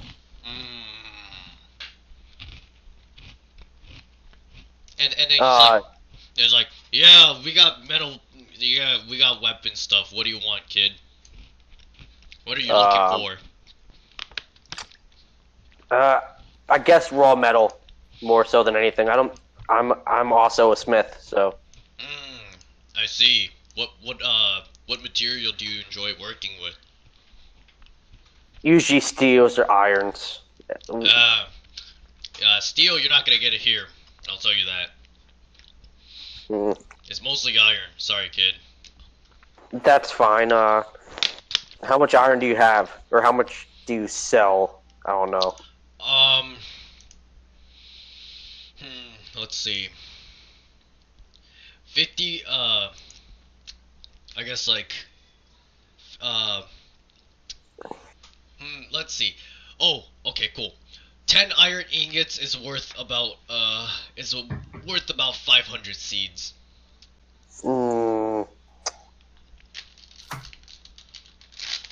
So, if that's the case, would 5 iron ingots be worth about 250? Is my math correct there? Basically. So, I'll take 5. And as he like, it's like, he crunches on his cookie, and he drinks some milk. Alrighty, you'll take 5. Aye. All right. As as he like you hear clanking noises, and then he like he starts like going into the back, as you see the burning fire in the forge, and just the lonely anvil just staying still, and immediately he comes back. It's like in like a wooden box. Is like, all right, money first. Here. Alright, shell out to the 250. Mm-hmm. Yeah, he grabs it. It's like, well, I'm just gonna ask you what. And as he hands you the box, it's like, what's your reasoning of having these? What are you gonna make it? What are you gonna make out of these? Well, I've been kind of toying around with making either like swords and knives of the matter, or I've been trying to. Are guns prevalent here? Prevalent? Yeah. Not exactly. Like, would it be enough that if I talked about a gun that they'd know what it is? Mm-hmm. Yeah, like I've been trying to get into gunsmithing a little bit, and I've just been toying around with different metals, seeing what works and what doesn't. It's kind of a pastime. Iron for guns? That I don't think that that works too well. Yeah, I might just toy around and make like a sword out of it or something. I'm still kind of. I'm very much of a like if it doesn't work, like I experiment with a lot of things. I see. Alrighty. Well, good luck on your endeavor. And then he just like waves you away as he starts. Oh, quick question: do you know anywhere around here that would sell Dragon's Breath? Oh yeah, it's basically your local bar, tavern. I'll head there next. And as you hear the clanking sound. I sorry, I didn't have a piece of metal to clank on. I just had to find it's the nearest like hard object, and that was a glass. And basically, you're going to the bar, and then you're currently in the tavern. The barkeep is like it's like, welcome. Are you here to I guess we don't get that much new travelers. What's your reasoning for traveling? Yeah. You know, just I kind of have a bit of wanderlust. I can't really sit in one area for too long without just getting bored. You're an interesting figure. You know, I don't see somebody with metal sticking out of their limbs. Wait, that's open to okay, that changes things. Yeah. Yeah, I kind of lost my arm here or there, or I took some damage and I had to get replacements. It's I see. Yeah. troublesome to talk about. All right. Well, as he's like, did you come here for a drink? Yeah, I was looking to see. Do you guys have any bottles of Dragon's Breath? Oh yeah, definitely. We actually get quite a bit from imports. As he goes in the back, you know, the bar is a bit loud. People are talking about, hey, are you gonna go in to see the fight? It's like, oh, I don't know, man. I'm kind of busy. It's like, oh, okay, and then you hear like stuff about basically people talking about, you know, just local news stuff. You know, people. Can I listen in to make sure there's no talk about me? Yeah, specifically? no, nobody's talking about you. Okay. And basically everybody's just conversing and whatnot. And as yeah. As soon as I get my alcohol, I want to go over to the people and be like, so what's this about a fight? It's like, oh, you don't know about the fight? There's like basically like a fight pit near a couple of miles away. Basically it's like you go there and you see people fighting. The rules are best 2 out of 3, you know, and knockouts. And to basically gain a point, you knockouts basically, and so that's the whole deal. Ooh, that is very interesting. Let me ask you this: can anybody compete? Not really. It's more so like you you have to go through like a test or something, or I don't know, some like regulation, I guess. I don't understand why they have regulations in the first place. The fights are, you know, I mean it's an underground fight. I don't understand as they're talking, you know, and currently, like, you know, they're basically talking about random stuff. We're gonna pan out, and then we're gonna zoom in to basically currently Rich C. Hartman.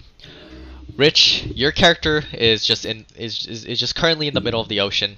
Make a it's about like midday, and actually make a survival check. No, right? All right, you feel the moisture in the air, and you just feel like that a storm's coming. And in the distance, you see black, basically, like black clouds. And yeah, that's your character realizes that, oh shit, there's gonna be a storm. Yeah, I'm gonna say, you know, I wish I knew how to sail. You know, there is a big storm. Oh no, I know the boat's gonna get totaled. As I look around, I spot the barrel. Yup. So then I decide, you know what, if I die, I die. And then I just kind of, you know, shove my whole body into the barrel and just cover the lid. Mhm. And then just try to, like, I don't know, sleep it off again. Mhm. You're currently like trying to get inside the barrel. Yeah. Oh, there's still fruits in the barrel. Yeah, I'll eat them as it goes. You know, it's like a late night snack or something. You know, I mean, it's pitch black in the barrel. So I No, don't even know like if big. it's and the barrel isn't big enough for you to fit plus fruits. I'll try to shove, you know, I'll try to like lift the barrel and then just like start like, I don't know, shoving fruits down my mouth and then just like, You're gonna shove food down your hatchet. Nice. Yep. Like a beer. Make a con save with advantage. No. Okay. Advantage now. Alright, it's because he's hungry, boy. He's a hungry boy. Alright. He's a hungry boy. As you're just fitting fruits down your like hatchet, like it just slides through. The barrel's empty, and and currently like there's a pineapple in your mouth, like a hole. and your character is like, you know, like the stem, like the leaves of the pineapple is just sticking out, and you just have a big ass pineapple in your mouth. No, I guess I'll just like pull it out and just chuck it away in the ocean. Okay then. As you chuck away the pineapple, the barrel's empty. However, the storm is getting close. Yeah, I'm just gonna try to hop in now. Hopefully, I'm not too big. All right, cool. It's a snug fit, but you managed to get in. I'm assuming you're gonna close off the top. Yeah. All right. As you're closing off the top, you know, it's a bit, you know, everything's dark. You know, you've been asleep for who knows how long, right? You're kind of asleep, and immediately as you hear like you wake up from the sounds of people cheering. And I try to just like punch the top of the lid open and poke my head out. As like so you're doing that at the same time, somebody like basically goes over to like open the barrel. Oh god. As you basically like smash out the barrel, I'm assuming. Yeah. You like a person's like, what the fuck, and immediately he's like, who the hell are you? Is this the place where the one portion is? What the hell are you talking about? No, it's the fragment, you dingus. One portion's of comic. Anyways, what the hell are you doing inside the barrel? I mean, like, my uncle told me stories. He said, oh, one portion, so... I don't know, I think you're lying. You know, because you're lying, I think this is the island.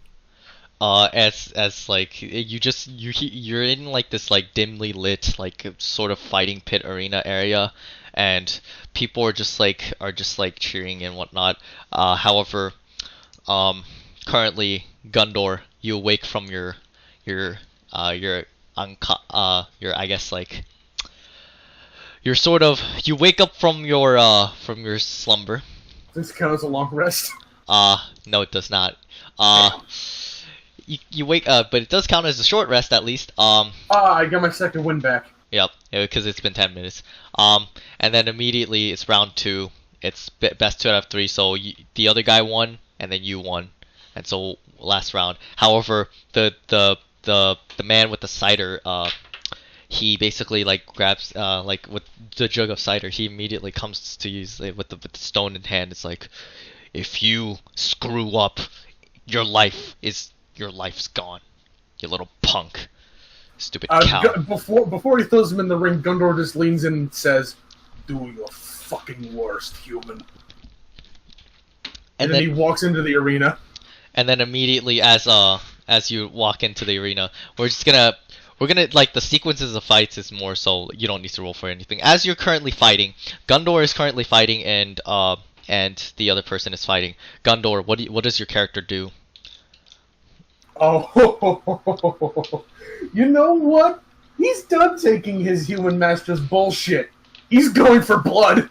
Okay. As you try to go for several hits, some of them connecting, some of them not connecting, you realize that as you turn around, or turn to your right, he is fuming mad, and immediately he goes in to slam the stone, and basically you immediately start like getting shocked. Make a con save with disadvantage. That's a 9. That 20 on the side just teasing me. Yeah. Immediately as you're like being shocked, on top of that you're being like punched by several hits. Your character is like starting to feel weak and dizzy, and I want you to your character is feeling dizzy and weak, and he's like, you're like on your last breath. You're trying to like hold it together. What do you do? I refuse to give up. And as years I have been trapped like this. Tonight, I take a stand! He says as he throws him into the fucking crowd! Okay, do an athletics check. 26! Nice. Now he will counter that with an athletics check. Good fucking luck! Yup. Alright, let's see. What is... Oh, wow. He just you actually pass, like... Wait, you pass? Wait, no, let me see. Oh, no, you fail. Just ever so slightly. As he's being thrown, he immediately grabs the ring, and then using his kinetic energy, he basically lunges back at you, like charging you head first. And if he's aiming head first, I'm gonna angle my horn so that way I impale him on my horn head first. Do a dex check, actually. Just dexterity save or a dex check? The dex check. This is more so speed wise. It's a battle of speed. That's a 1. Unfortunately your character is unable to react, and the horn doesn't pierce him. However, it does. He hits you straight at your core, the weak spot, and immediately your character is just out of air. Your character like just loses air quickly for a second, but it is slowly and ever so painfully recovers. Make a con save. 19. And so basically, as you take the hit, right? You're still alive, but you're currently like down on the ground, prone. And the guy immediately body slams you. I just want you to make a dex check again, please. That's a 1 again. All right, cool. He manages to land the body slam, and you're out cold. You don't know what like everything just immediately fades to black. And as you know, this happens simultaneously. Rich, you see this minotaur, basically like this big ass minotaur just land, like just just like gone. Like he's just out cold. Like he's unconscious. Getting abused. And immediately his body is dragged, and it's like, the winner is the wise guy, and then everybody starts cheering and like roaring and whatnot. But basically, the Minotaur is actually being carried out. Is being carried out. So like out of the entrance. Well, because I'm not that smart, I'm just gonna assume that the Minotaur is like the guy that need to arm wrestle in order to attain the fragment. Okay. Arm just gonna wrestle chase the mentally after him, broken like, Minotaur. Hey, wait! Don't give him the fragment. It's like it's everybody like Arm wrestling. everybody turns around. It's like the fragment. What the hell are you talking about? And then immediately, as you like run out the room, you know you're chasing the Minotaur, or the people carrying the Minotaur. They throw him into like down the corridor. They throw him and then you keep like going through corridors and stuff. They throw him into like into a random like cell, and basically like basically they throw him in, and then they ignore you and they just leave. And you see this Minotaur, he's knocked out. He's bruised. You see like a bunch of scratches and you know a bunch of like just like one minor detail. You know how like in those sad animal abuse commercials, you see dogs with like their collar is fused into their skin. Yeah. That's what's happening to his neck and collar right now. Yeah. It's like too small for him, so it's like yeesh. Yeah, and currently he's like, actually make a con save. 10. Okay, cool. You can, you're physically destroyed, but you can still talk and like slightly see.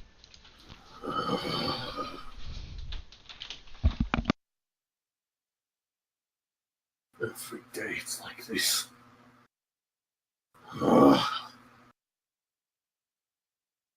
Are you okay?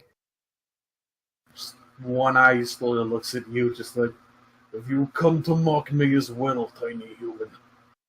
I'm trying to look for the guy that need to arm wrestle to get the fragment.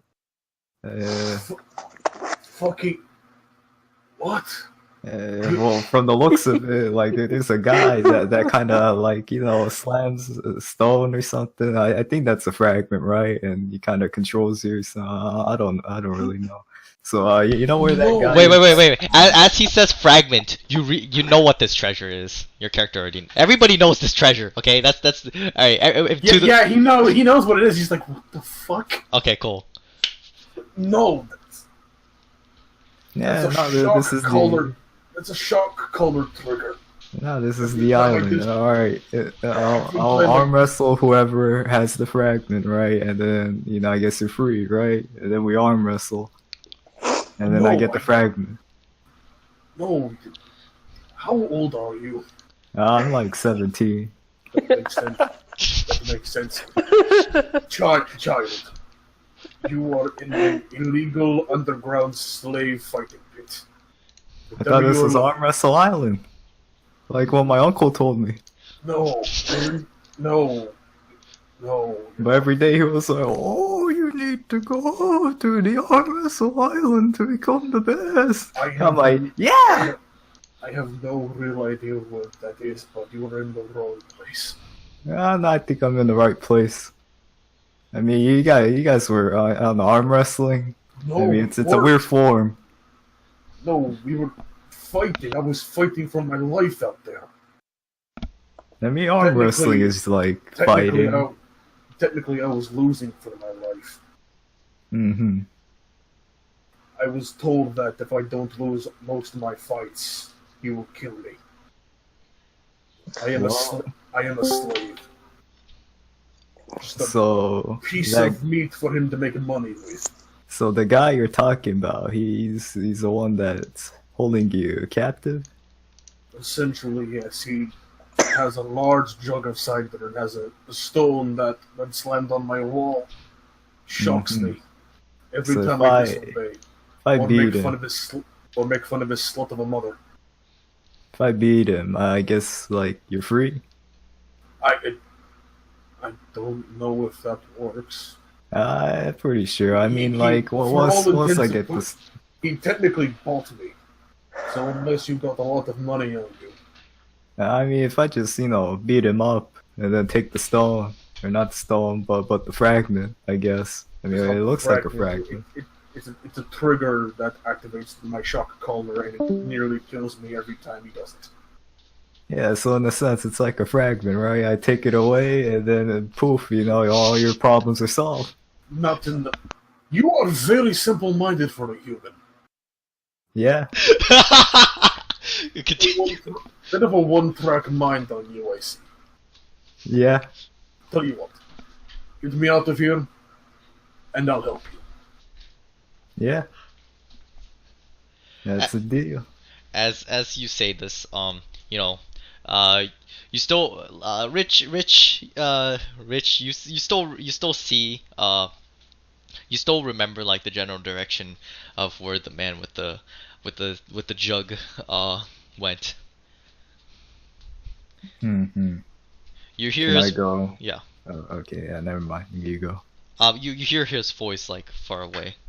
Alright. Well, I guess, go follow him. Okay. As you follow the voice, make a perception check, please. Yeah. Yeah. Okay. Now make a survival check. Okay, cool. You managed to follow the voice, and he's currently like, talking with like another person. He's making the deals like, all right, sorry about the whole deal. He was not cooperating this time. As he like hands like money.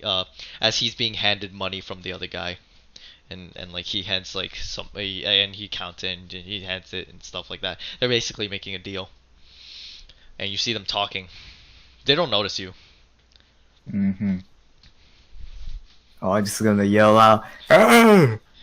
Let me arm wrestle you so I can get the fragment." It's like, and the guy with the cider's like, look, pal, I don't know what you landed on when you hit your head, but I don't know what the hell you're talking about, and the fragment.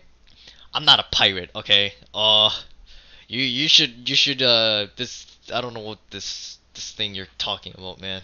Who I are mean, you? this is obviously Arm Wrestle Island, right? No. Right? This is this is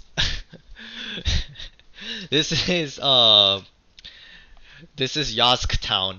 It's like, it's not like, I mean, it's just a random town on an island. I mean, Mm-hmm. Island, and sounds weird, so it must be Arm Wrestle Island, but different. do you even know where Arm Wrestle Island is, No, or where the fragment is? no. Exactly. I don't even know it. So Therefore, it must be here. therefore, this island is not the island. I mean, it could be. All right, kid. You're starting to piss me off, and immediately. Oh, they arm wrestle me. And immediately he's like, I'm not gonna listen to whatever the fuck you're trying to say. And immediately he grabs his like jug and then he gonks your face. However, as he's doing this, your character just like feels the hit. Nothing really happens though. Nah, that tickles. And immediately he's like, what the hell? As he basically tries to hit the jug over your head, and immediately like your head just like slightly like divots inwards, but then as he pulls out, your head like just like fucking is back to normal. It's like, what the hell are you? You're not a human. As he basically like as he's like as he just like signals a bunch of people to like start attacking you, and they're gonna just completely go at you with a bunch of like swords and like knives and blades, and immediately your character is just being cut multiple times. However, it is ineffective. Yeah, you know that like I made out of dust, right? Like a You're dust man. basically Cotton Man. That's Yeah, Cotton Man.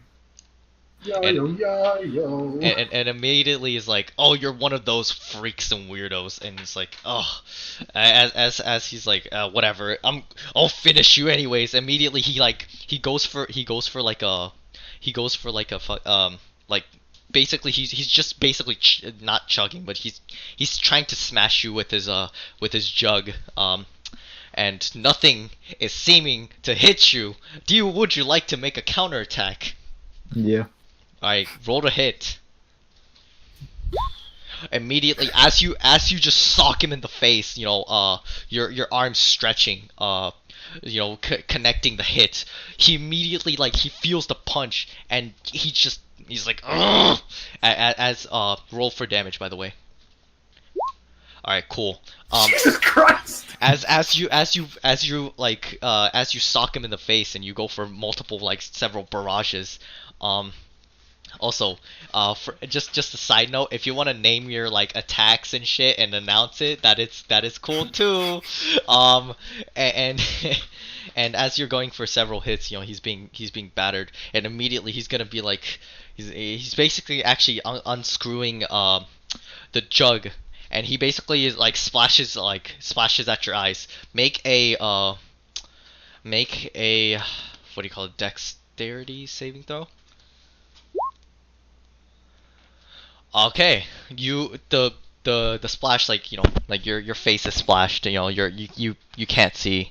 You're currently you have your eyes closed, and immediately he's gonna drink from his jug, and then he's gonna close it, and he's gonna basically smash you over with his jug. However, this time actually connecting. But however, as this hit lands, and he manages to hit you. He immediately, give me a second. He immediately, dealing 3 damage. Oof. And then he basically is like, oh, I see. I see. What is your weakness, huh? Yeah, I'm like cotton ball, so. Immediately he's actually gonna go for another just smash head over smash with the juggernaut. Yeah, that's actually what he called the jug. However, horribly missing his hit. Would you like to do? What would you like to do? Oh, you know what? I'll just blow into my thumb to make my hand bigger. that would cost a key point, but yes. Yeah, alright, I'll do that. Like a whole key point? Yes, a whole key point. Gum elephant rifle. Yeah, I'll just do that, right? Uh-huh. And then I'm gonna smack him in the face while I say, cotton ball. And immediately as that hit connects, make an attack roll. Okay. Make another attack roll. Okay. Hit. Alright, cool. Immediately, as you just basically smash him into the ground, he's unconscious. He can't move. He's he basically lets go of his stone, and immediately all the other bandits and his posses, they're basically oh shit, we gotta run, and they all start running. Mm-hmm. Yeah, can I poke his head to see if he's still a little conscious while I yell out, "Hey, can we arm wrestle now?" And immediately he slowly gets up. Is ugh, fine. And immediately basically there's conveniently there's a nearby table and chairs, and you guys start arm wrestling. Make convenience. Make a strength check. All right, nice. He'll make a strength check as well. Give me a second. As he. Oh wow, this is actually perfect. Immediately as you start arm wrestling, he's using all of his might. You're just kind of meh, whatever. However, you do manage to get him into deadlock, and you guys are currently fighting. You guys are tied even, neck and neck. Not really. Your guys' basically spirit just manages to leave out of your body, and you're currently You're currently fighting. What do you do? Hmm. You have the advantage. How far am I? You guys are like 5 feet apart. Alright. I guess I'll like try to dash quickly behind him, Mhm. right, and then go for a little punch. All right. Roll to hit. Okay, cool. Just single punch. I'm assuming. Yeah. Okay, cool. So, All yeah. right, cool. As it hits his back, immediately he's like, "Oh, you little shit!" Immediately he basically like he grabs his jug. Like he still has his jug, by the way. Even in his spirit form, you still retain your weapons. Side note. He immediately goes for a backhand with his jug, trying to hit you. Dealing no damage. And immediately it basically like hits him, but then it just like bounces out off of him, like the attack bounces off of you, and immediately it's like, oh, not this shit again. Ha ha ha ha! I wish you had some liquids. And it's like, fuck, as he tries to unscrew it, but there's nothing coming out, you know. And immediately, I mean, it's your character's turn.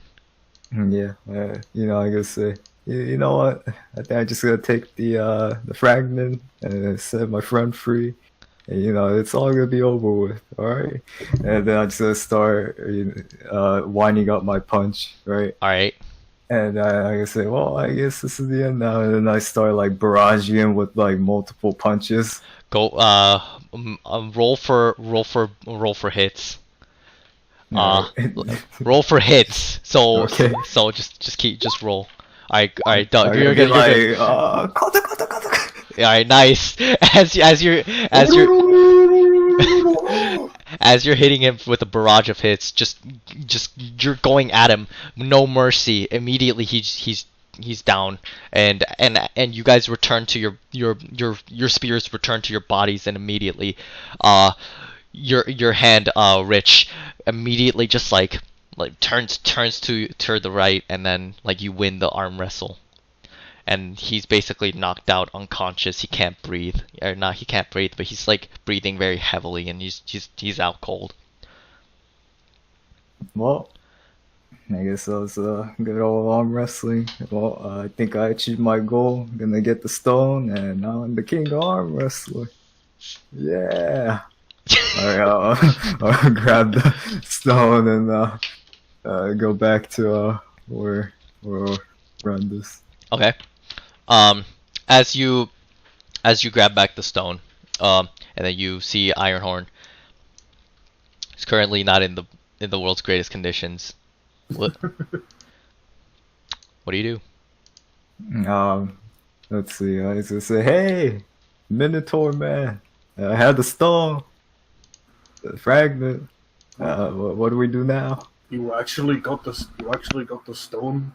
Yeah. I mean, it wasn't hard at all. Shit. Well, I guess open the door and get this collar off of me. All right. I guess I'll just try to smash the door open. Mm-hmm. And roll a hit. Immediately, the metal you just punch through, and the metal just separates, and it breaks and stuff. Holy shit. All right. What are you? I'm I don't know. I think I'm like a cotton candy man or something. I think he might turn back to a healthy state if you just eat some of my cotton. While I take out like a chunk of my cotton hair or something and hand it to him. Gundor just goes. You rip out your hair. It's actually not even cotton. It's just normal hair. Yeah. Gundor just goes cross-eyed at the sheer amount of stupidity he's witnessing in this strong boy. And okay. Well, are you gonna eat it? Yeah, sure. Why not? Let's go with this. You eat it. You're eating hair. Actually, I want you to make a con save. You're eating hair, by the way. Like just normal hair. There is no cotton about it. It's just hair. So make a con save. Here, eat this. It's cotton candy, I swear. Eat this and you eat this lock of my hair, and you shall inherit all my powers. Did you roll? You gotta Wait. roll. Yeah, you gotta roll for a con save. So this is Deku's final test. This goes up to the Minotaur, and the Minotaur hands him a lock of his fur. Wait, Black Skull, did you roll for like the con save? I thought I. Yeah, it didn't. It didn't. I did. That's why I was still able to talk. Oh well. What the fuck? It's not showing. Yeah, it's showing. Yeah, you just roll it again. Or just like refresh your like roll 20 or something. Yeah, refresh roll 20 or something. Do you want me to roll another con save or something, or are you good? Cause just roll another con save. You'll have it. My hair, you see the truth of the fragments. We'll just say you basically like you throw up. You fucking throw up. he throws up. He throws up. You fucking lying piece of shit. Just get this fucking collar off me. No, You're alright. having the worst fucking day. I'm sorry. I can't. I get beat to shit, and some stupid fucking kid makes me eat this goddamn hair. As you connect the stone, basically like connect the stone and the collar gets free, and you guys basically have a free shock collar. At that, Gundor's then going to proceed to smash it under his hoof. Okay. And as you smash the collar, you manage to. No, wait. Oh, can you retcon that, please? I had a plan. No, I'm sorry. I'm sorry. It's canon. I'm sorry, I'm sorry, but this is just a thing Gundor would fucking do. That has been a symbol of pain to him for years. I thought for sure Gundor would put it on the man and then shock him with the stone. Actually, now that you say that out loud. Oh god, that actually sounds kind of fun. It's already smashed, so. Okay. Sorry. DM's call at that point, Yeah. I'm sorry. Basically, as you smash it, we'll zoom out, go to Gage. Gage, you managed to make through, and you figured out where the location is. You're currently in this area. You see some little skirmish fights, but not really any show going on. As you notice, this boy with a green leather jacket, wearing it like a cape, and a minotaur, very battered and bruised. Look, I'm no doctor. Like, are they like pulled to? I'm gonna like pull them to the side. Like, look, I'm no doctor, but your friend looks like she could use some medical attention, and I don't know your circumstances, but are you guys in any sort of trouble? Welcome to the life of being an underground fighting slave. Well, he ate some of my cotton candy, so I think he feels better. It wasn't He's cotton walking candy. now. It wasn't cotton candy. It was his hair. I think there is something seriously wrong with this young man. Out of curiosity, as I'm looking at him, just how screwed up does the Minotaur look? Describe. I can take care of this. Around his neck, you think there would be fur there? No!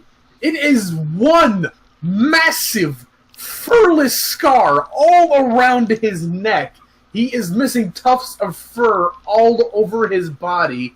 He has bruises all over his body. He is currently bleeding from his nose, and he has a black eye, and one of his horns looks slightly cracked. Well, just in case you're attacked anymore, I could at least grant you this. I pat you on the shoulder, and you just feel like a slight calm come over under you. I'm casting Sanctuary spell on you in case you take any more damage throughout this. Yeah. Oh shit. I wish I'd cure wounds, but yeah. I didn't prepare that spell. No, that's actually really good.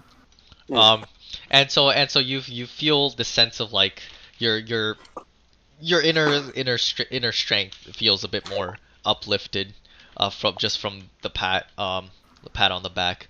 And Look, How small is this man in front of me currently? I'm like 6'5". I'm pretty big. I'm 9 feet tall.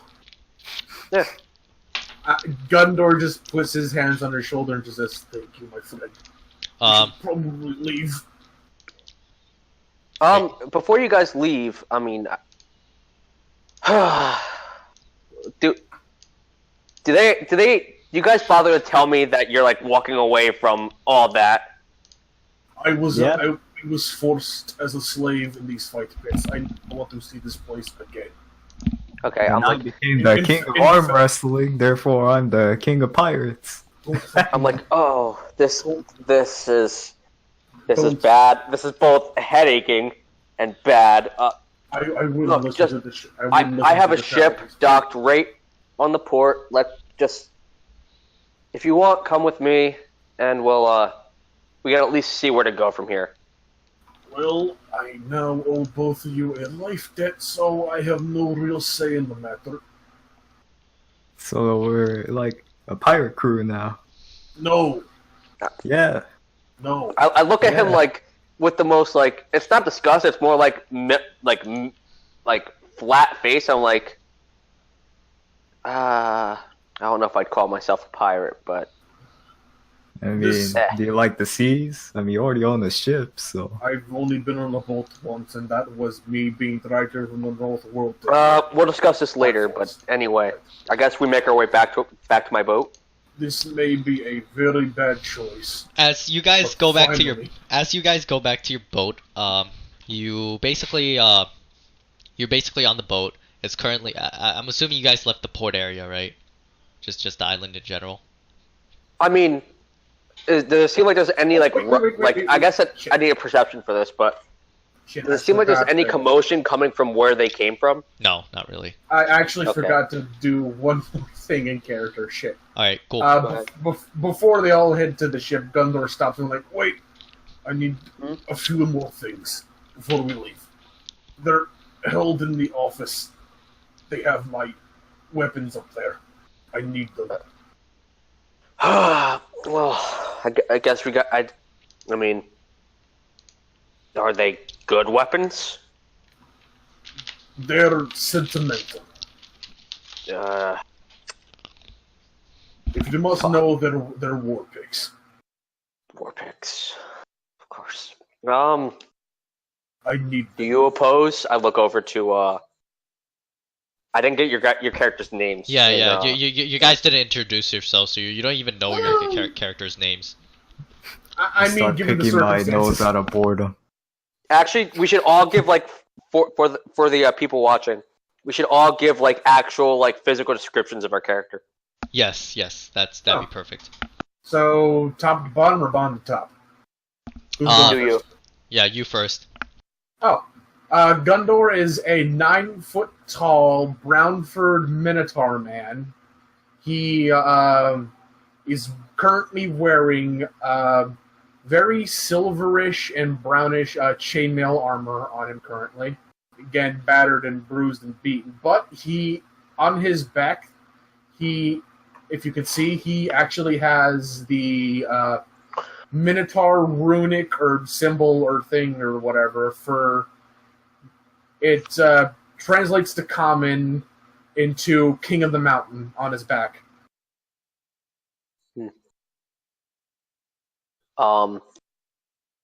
My character is about, like I said, he's about 6'5".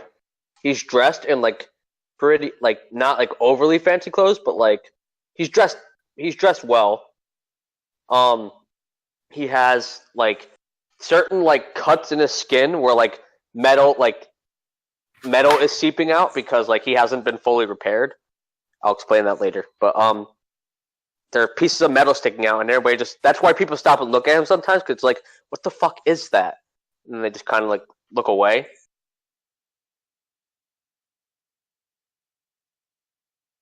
That's All right.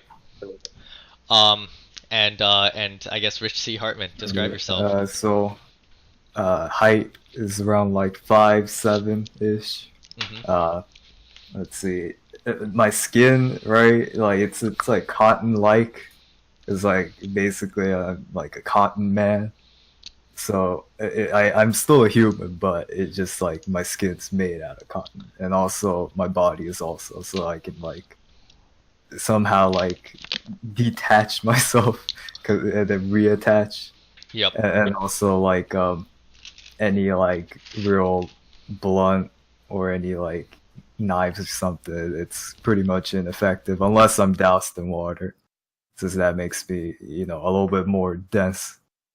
And as for appearance wise, let's see, I wear like a red shirt, and over that it's like a green leather jacket that I got from someone special, and then just regular old like tattered up pants, and then I guess just some plain old shoes, not really like remotely clean at all. Hmm.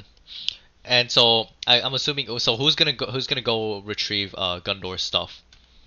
I assume we either all go together or my character. Gundor can't. Think- Gundor's like I don't think. I don't.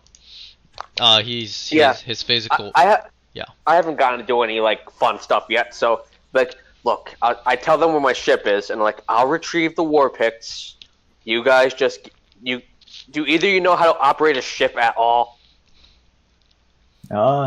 Nope. I can learn.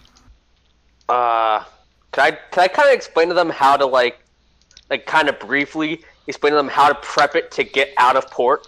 All right. Intelligence check. Okay. From him On or me or on them? You. Okay. Intelligence check. You're the way you're describing it. They don't understand it.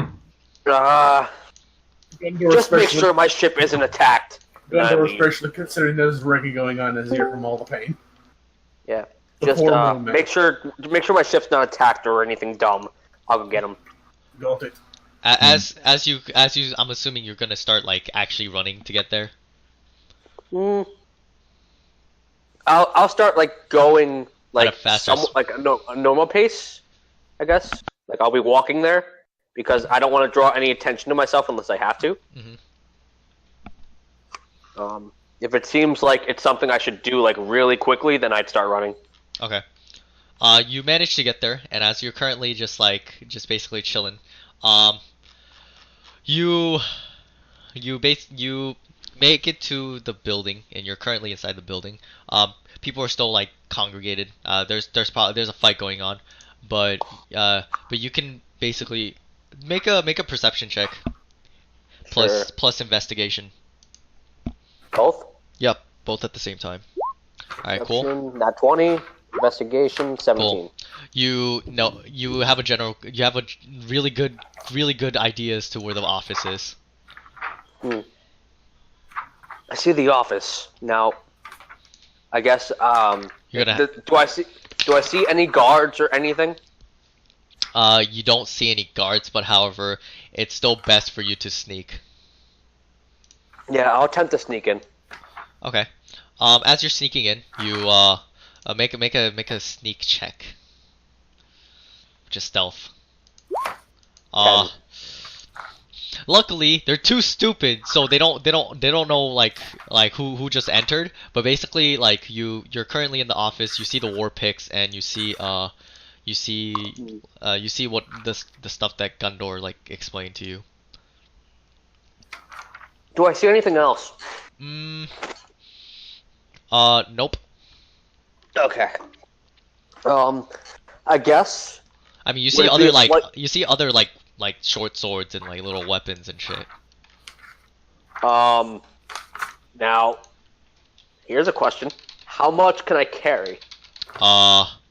Like besides my stuff, like how much of the other stuff can I take? Besides the war picks and plus you have to stealth to like you're gonna get disadvantage on stealth, but on top of like carrying everything, it's gonna make a lot of ruckus and noise. How many guards are there? They're scattered about. Some are currently distracted by the fight. Some are actually like doing their job. Okay.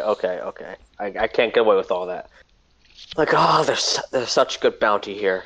I'm just gonna take the war picks. Okay. Do I sleight of hand that? No, you can just take it. Yeah, I take those. Yeah,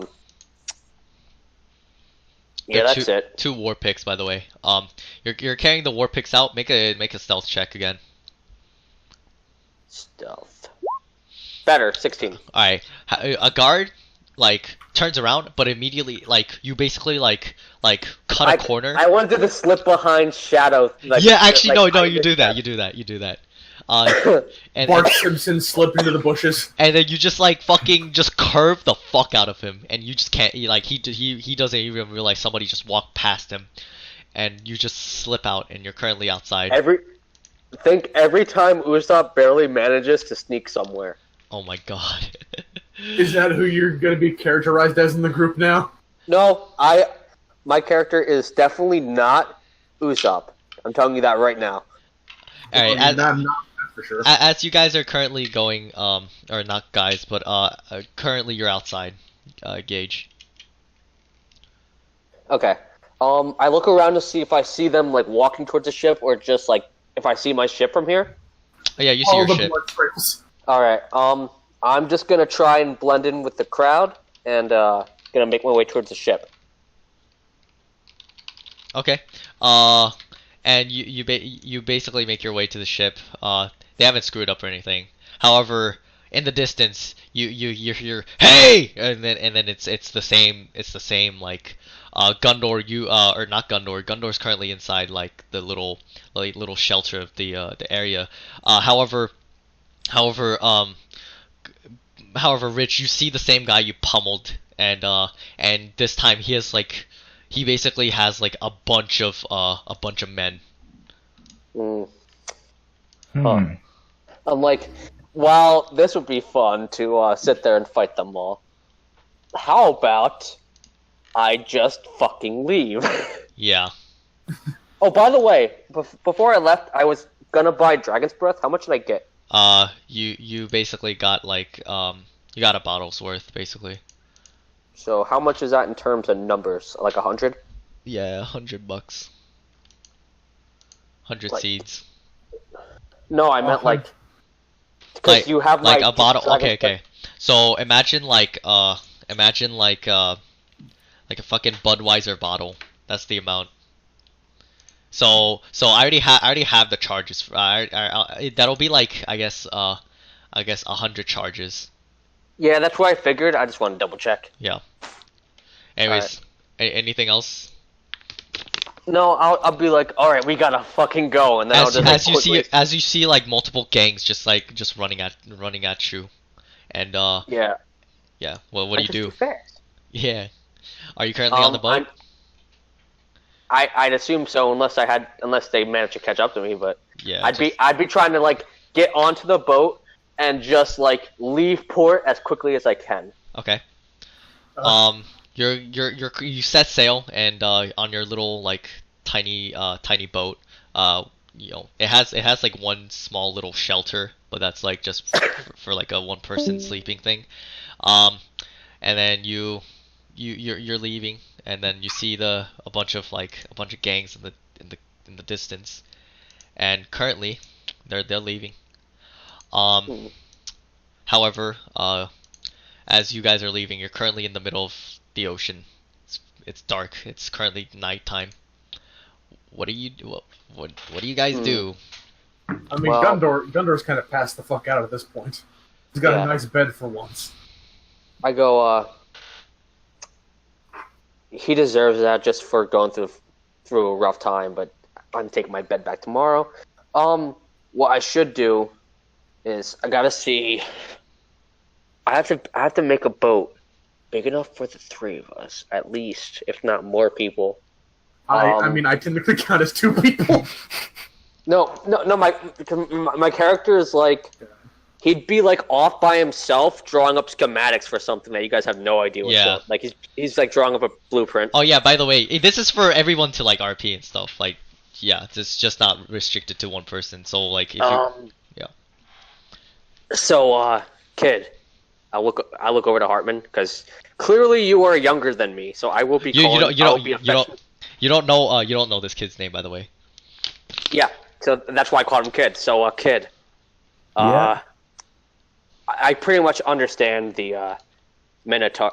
Do I know it's a Minotaur? Yeah. I probably do. I'm clearly a Minotaur. But does my character know that? Yes, your character does know that. If the giant fucking bull body and the horns didn't give it away. I don't fucking know. Like, this could be my first time. This is my first time seeing a fucking giant bull. Anyways, so continue. hey.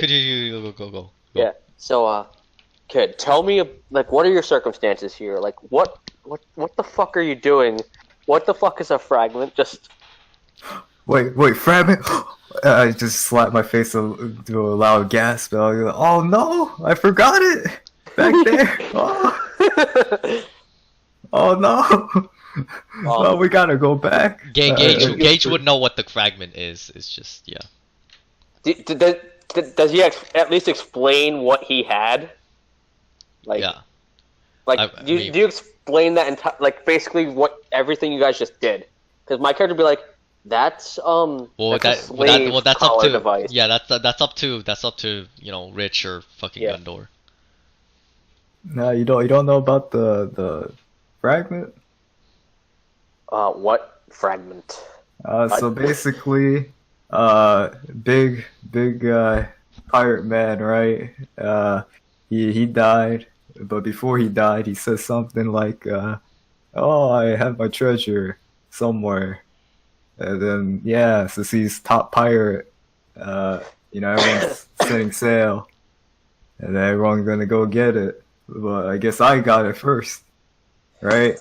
So I guess I'm the king of pirates now, and also king of arm wrestling. Is that? Can I make a history check on that to see if I know what he's talking about? Yeah, with advantage. Okay.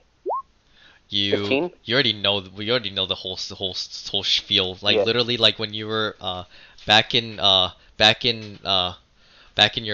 past, during when you were I know what you're talking about. during when you were commissioned and stuff.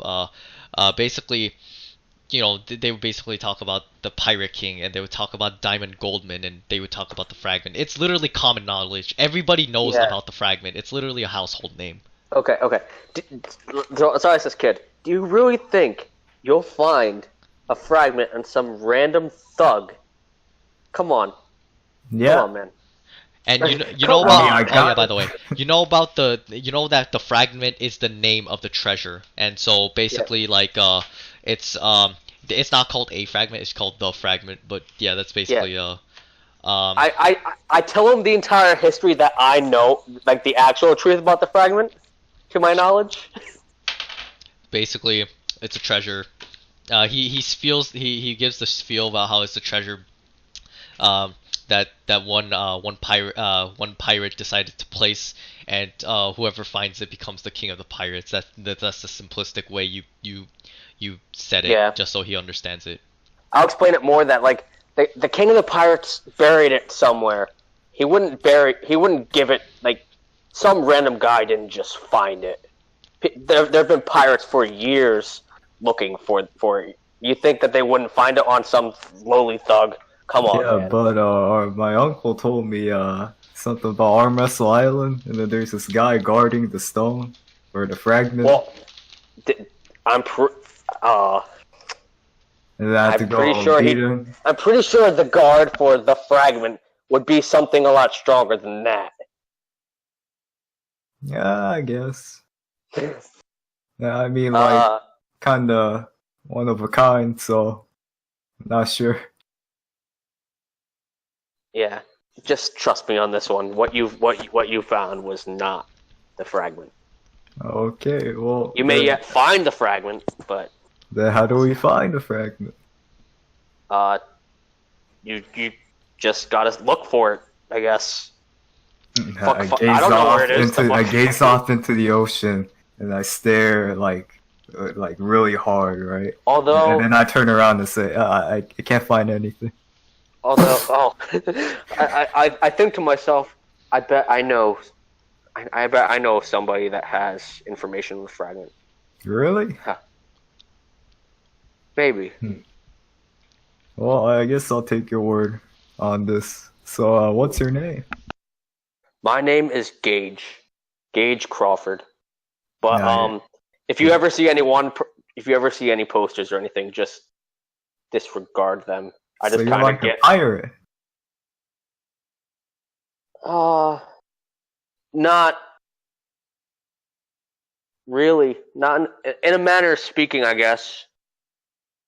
Well, anyways, I'm Rich C. Heartman. Want to be king of arm wrestling, and also, I guess, Arm as a wrestling, collateral. Okay, I'm just thinking here. Do you want to go like right now? Sure. So we're currently having an arm wrestle. Go roll for strength, both of you. Strength or athletics? Strength, just strength right now.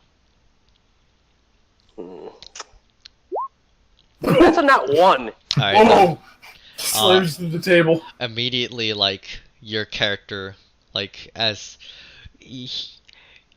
first. I got this. Well, like they line up for the arm wrestle, and like immediately you slam me into the table because I was like, whoa, you got some power there. I was not expecting that. Oof. At the literal slamming of the small boy to the table, Gundar would wake up and walk out onto the deck like, yeah. I underestimated you, kid. Yeah, I'm Why gonna are be you the so king of arm wrestling. What are you all so loud? We're just having a friendly arm wrestle. I think I could be as loud as I want on my boat, but hey. Oh, right. Sorry. Very long day. Very long day. It's fine. Hey, you want to eat a piece of my cotton candy again? No! Do You can fuck right off with that. do I have any actual food on my ship? I feel like I would have You stopped do. and gotten You some. do. You definitely have food. You have meats, cheese, like like- bread and stuff, and actually you have like a little cooking station. I guess a makeshift cooking station. So you can cook up something basic. Yeah, I just kind of clicked my tongue. I'm like, if you want, you can help yourself to some of my rations, or you can wait a little bit later and I'll cook something. It's up to you. I haven't had real food in years. Actually, I want you to make a con save with disadvantage. Me or him? Yeah, him. Nine. Immediately, all that rotten food that you've been eating has been just although like. Oh, hold on! I stop him. I see him gagging. I'm like, side of the ship. Gundar walks Side over of the ship. He politely walks over to the side of the ship and then And heaves ho. you just immediately just start puking like. Wow. I don't think he likes my cotton candy. I've been eating rotten apples for years. That's all they would feed me. Okay. So, I guess seeing that, I'll attempt to cook. You'll try to. I guess I'll pull like some random fish that I caught or something. Yeah, just make a survival check. Survival. See how that goes. All right, 7. cool. You managed to cook up something basic. You basically you feed Gundor. Yeah. I'm like, I make enough for both of them. I don't have enough, like I explained. I didn't really have the proper spices or anything that I would use to make a really good meal, but I did best with what I have right now. While he says that, Gundor just kind of puts the plate to his mouth and scrapes all the food down his gullet, literally. Yeah. However, make another con save. 13 or 22, take your pick. Your stomach is aching. Because you know how like you've been starved for a while and like you immediately just chugging all that food. It's not gonna sit well. Your stomach is hurting like a bitch. Drink some water, lie down, whatever. Right. So, I'm trying to think. Do I have a map of this general like area? Like, I'm trying to think of places that I would like go first if I were like just out traveling. You heard that somewhere in the mountains, like you would find more like interesting materials to work with, and so that's basically where you were going. I tell you what, In the Hartman, mainland, by the do way. I know your name yet? No. Have you told me Yeah. your name? Yeah. I said, I tell you what, Hartman. I'm looking for materials to make my ship bigger and better, and I'm also looking for interesting materials to make weapons out of. You are looking for this fragment, and I honestly, start picking my nose out of boredom. yeah, I'll get to the point. You guys should travel with me. I could use the backup. So, where's my part of the food? I You gave made it to with you. me. Oh, really? Yeah, I made a plate. As you look behind you, you see a plate full of food. Oh, wow. And a seagull's about to dive bomb for it. Oh, no! Roll an attack, both of you. Just roll it like an attack. Like it Wait, won't do what? damage. Just do it. No. You don't have to roll for damage. Just roll for Alright. attack. I mean, that counts, right? Yeah, that counts. Wait, Yeah. Gondor and him are attacking? No, they're not attacking, but just roll for an attack. Gundor and Rich. No. Rich grabs the plate immediately, and he's just like shoveling food down his mouth. God, do you kids eat? Like what? I've only eaten rotten apples for how long was I locked up? 5 years. I've been eating No. rotten apples for 5 years. I'm more confused at Hartman. Yeah, I shoved the whole pineapple down my mouth. I'm like, no, I didn't see that though. So I'm like, do you? How? What? I mean, I made out of cotton, so I don't know how my body works at all. So I'm just gonna eat much, a lot, and Well, try Your to your character actually eats like 9 meals a day. Rich, on average. Yeah, Huh. I actually eat like 9 meals a day. So wait, you're made of cotton. Did you happen to eat? Do I know? Yes, you do. You do have a general idea. So you probably ate one of those weird orb, or you came into contact with it, right? It's not an orb. It's basically a crystal, and it's like rock. It's Yeah. rock candy. So he ate it. Yeah, he ate it probably. You So don't like, know that. I look at him like, have you ever come into contact or eaten anything like extremely weird, like weirder than the things you usually eat? And I mean, like, one time I was arm wrestling this dude, and then, like, since he's like the gang leader of all the little kids, right? While I was arm wrestling him, his subordinates, I guess, right? They're just like throwing rocks at me, right, constantly. I got pretty mad, so when I tried to yell out, like really loudly, like, "Hey, you kids!" Right? When I opened my mouth, I don't know, some weird, like, kind of like hit the back of my throat, kind of gagged a bit, and it kind of like slipped down my throat. And then, like, as soon as I know it, like, my skin turned to cotton, and I became a weird cotton man. So I'm not Why am I not surprised that every part of your backstory is fucking weird? This explains so fucking much. Okay. I mean, I won the arm wrestle, but Yeah, I guess that's all that Your counts, skin right? your skin looks normal, by the way. Just FYI, like it Oh, looks yeah. normal. There's no like cottony about it. It's just more so like the I guess the properties is more cotton. I guess in return for being made of cotton, you're also a dumb. Anyway, I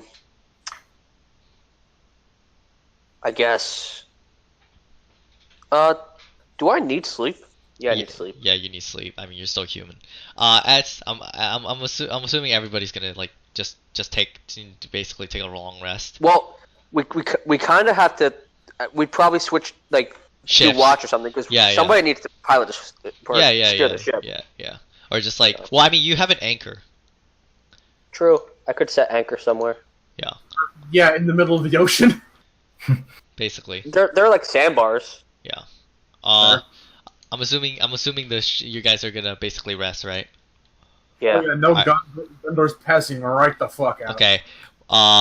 We pan out, and then we zoom into a cave, and then like the camera shifts. It's a bit blurry, and then you see a person just standing. No response. not a person actually, something metal.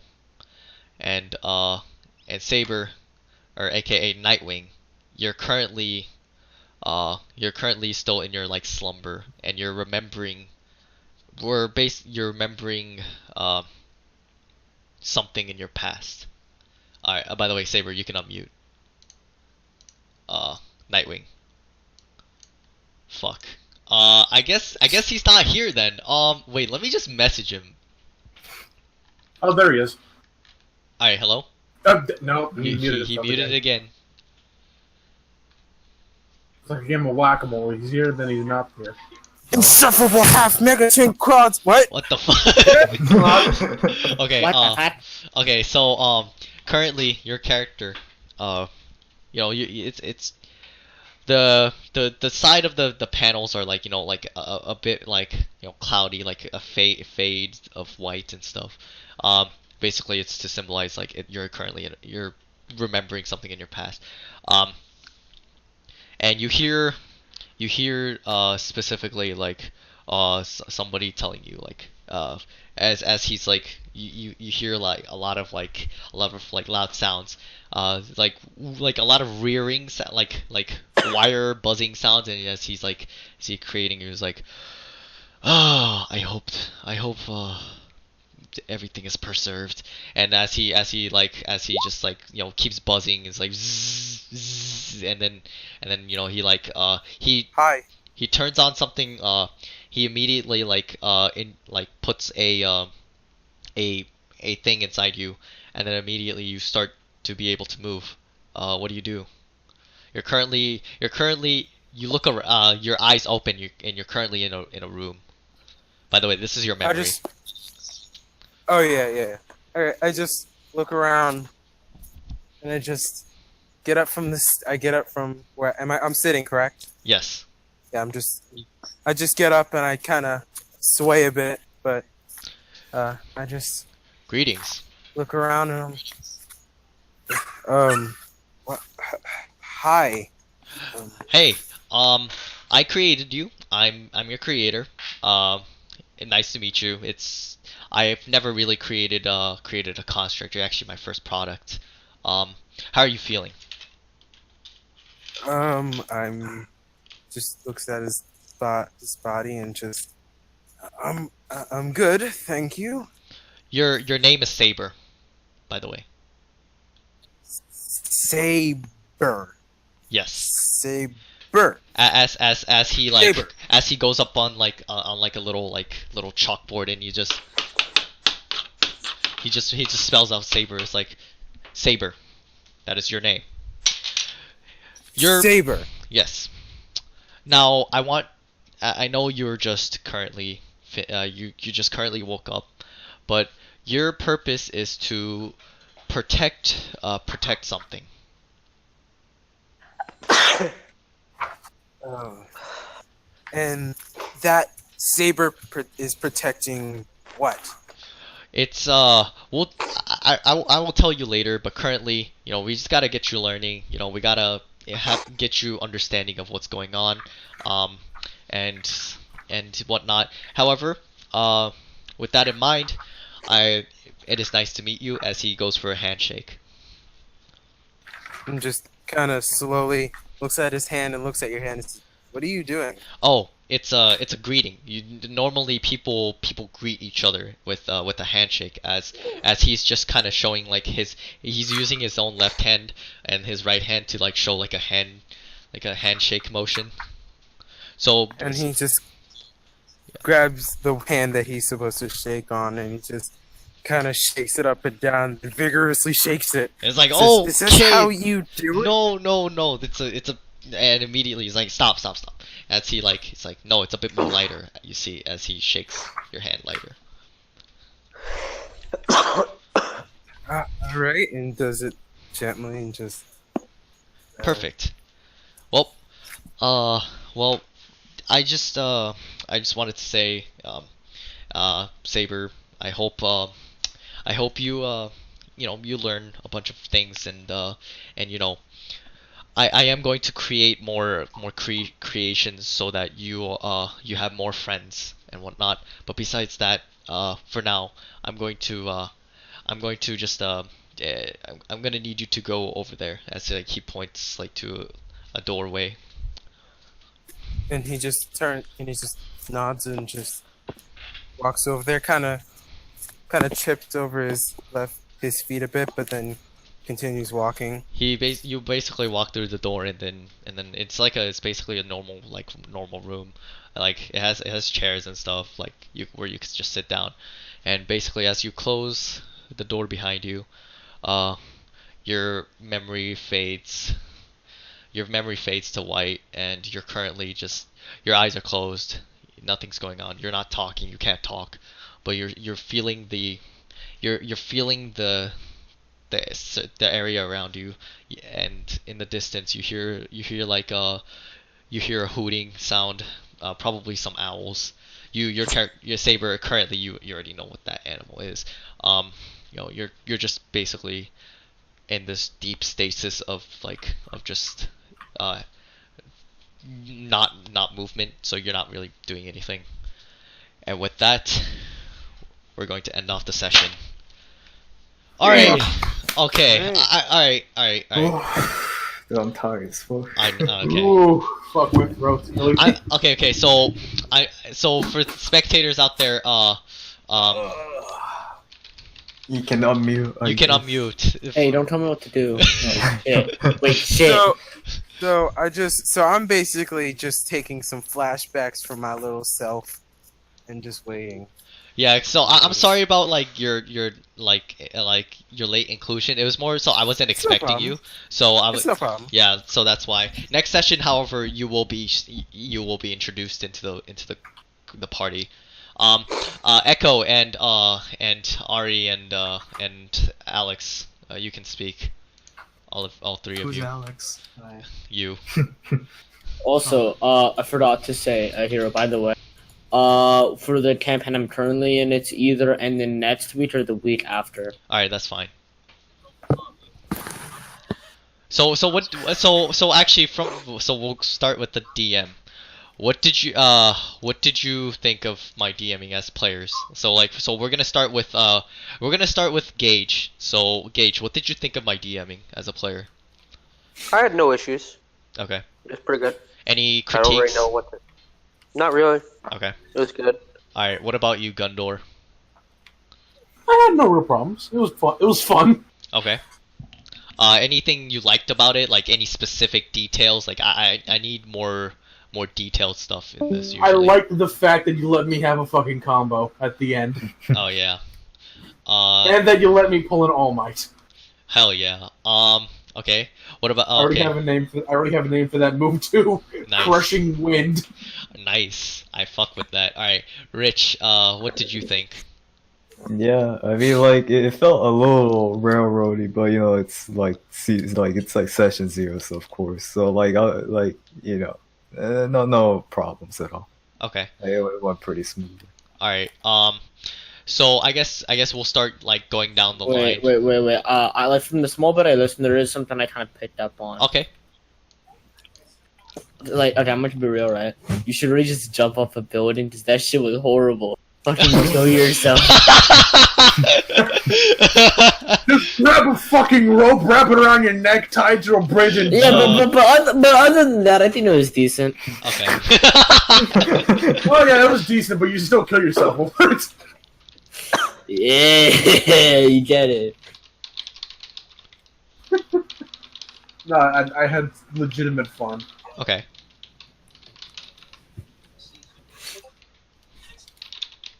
Give me a sec. Okay, so I guess in terms of what did you guys like about the campaign? Other than the fact that it was fun. Specifics. I like the character interactions a lot. All right. Although I did not appreciate the eating of the hair. You absolute Prick. You see, I thought my hair was also a little cotton thing at first, but you know, it's If it all was well. cotton, it wouldn't be cotton candy. It'd be cotton swabs. You dink. Yeah, I mean, it's candy if you think hard enough, right? Okay. Damn it, your character really is a shonen protagonist. Okay, so alright, so now we'll start with the list of Rich. Okay, so your character, aka Yogan. Yogan, basically so you're starting off, and that's perfect. Actually, for a new player, you're doing really well.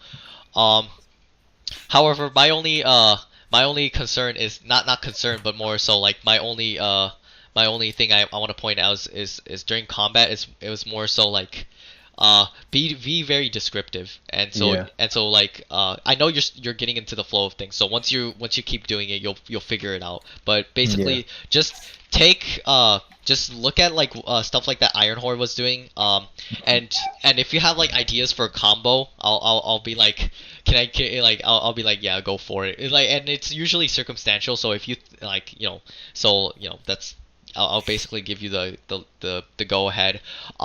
If for example like if you want to do other shit like in combat, so jumping up in the air to basically come crashing down with like with like your fist, right? That I'll allow that, stuff like that. It's very free form, and so you have to just get used to describing out like attacks and whatnot, just so you have the general gist of it. And Yeah.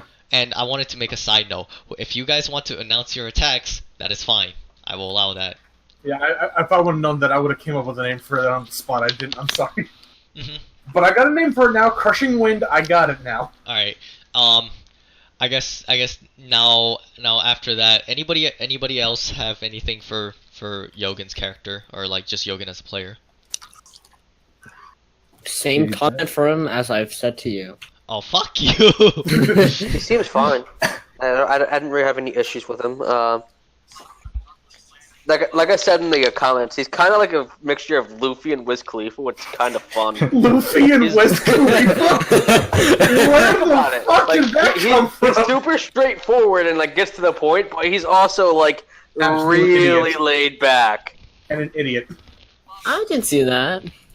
I described him in the spec chat as any of you ever watch something Witty Entertainment's Soup Can Academy No, I haven't. D&D? It's essentially I think like that's an episode. yeah, it's essentially they've all made characters for like the My Hero Academia universe. Yep. Rich reminds me of one of the characters named Torg, who is like from this old country, and he's essentially old country type of dude. He's pretty hilarious watching him interact with everyone else. So, okay, actually, Star Pencil's here. So Arthur, what did you think about my session? Okay, is everyone else done? Because Yeah. everyone else takes. Yeah, priority. we're done. Well, actually, okay. we actually we were going through DM discussion, but then You showed up. yeah. Did you want? Well, Did you want the Everyone, outlookers all to your give it players up on him? take. Your players take priority. So if you Okay. have other stuff to discuss, I can discuss with you later. All right. Also, wait, one more. Mine is Wait. actually like in depth, kind of. Okay. Well, Wait, I wait. want everybody to hear it. Anyways, continue. What is? Wait. Before you don't want Star Pencil, same comment for Star Pencil as I've had for Magnesium. Oh my much. fucking god! God. You didn't even play. You didn't even play. You should do it regardless. anyways, now Gage. So in terms of Gage, I really liked his interaction. Like I really liked how he was a bit more. You see the intellectual gap between everybody else and Gage. So you did that pretty good. So I have not much to say about your character. You managed to go with the flow, and I like that. But sorry that you didn't get to do a lot of stuff. It was more so It's like just the way we started caught me off guard. I was Yeah. expecting like from my backstory, the way we talked about it, I was expecting to go from like where, like, it kind of caught me off guard, so I kind of just rolled with it. yeah. So So I like in that basically manner, I think I did okay. basically like Gizmo repaired you, and you guys basically went your separate ways and stuff. That's the whole. That's Okay. what I wanted to tell you, but I couldn't because I was mid session. But besides that, you did pretty you did pretty okay. I mean, there was nothing else I can say. There was no like bad things you did. There was no like outstanding things that you did. I mean, you played well as a player. Good job. Hey, you got Gundor's work pick spec. That's an astounding thing to him. Yeah, that too. So you progressed the plot, I guess, or character interaction. Gundor, good job. Your character actually like fucking feels like a person so far. Just the way you well, not feels like a person, but we know as in a more narrative perspective, we know who your character is. Your character isn't one to basically give up, and you have a really good fortitude. I'll say that. I must smile for everybody. But just the I way must be the true face of justice. my personal opinion is, or not personal opinion. What I would like to see more from just everybody in general is, let's say you guys are at a low HP. Don't say your HP. Don't say HP. Like my HP is a 6 or my HP is. Describe your HP. Like not like describe your character condition. Like how does your character like if he's in the ones, right? He's at 1 HP. He's basically like describe it like he's alive but barely breathing, or like he's very pummeled in. You see a lot of bruises. You see him just still like standing like proudly and strong, but he is breathing heavily or something like that. It greatly helps. If I can get a word in, when you guys were coming out of the arena, and like I asked you, like, how are you looking? That's pretty much what I meant. Not like what do you look like. I was trying to emphasize like how beat up do you look? Like describe your conditions, basically, like current conditions. And if all else fails, you can say you look like Rocky after going 3 rounds with the Russian. That's nice. That's a good example. Nice. I fuck with that. That's basically what Condor looked like. Rocky. I didn't hear no bell. Matt, when you get the chance later tonight, can we talk? And then with that, we pretty much discussed everybody. However, I want to hear Star Pencil's like sort of thing. I didn't listen to the whole thing because I came in late, and then I left because my phone was dying. I was gonna go watch One Piece, but then I was like, it's late, and I want to watch all the arc in one go because that's how I roll. Good one. I'm like an arc behind too. I feel you. Okay. Basically, the thing I have to say, and this comes from my background of doing competitive speech and debate, and I had to actually look at my recording from 2 sessions ago with the Dying Well 2, see if I actually did something so I wasn't just critiquing for the sake of critiquing. It was something that I was seeing that if I did it, because I felt like I didn't, and I wanted to know if that was true. And I turned out what I saw, I wasn't doing it. And that is your use of awe.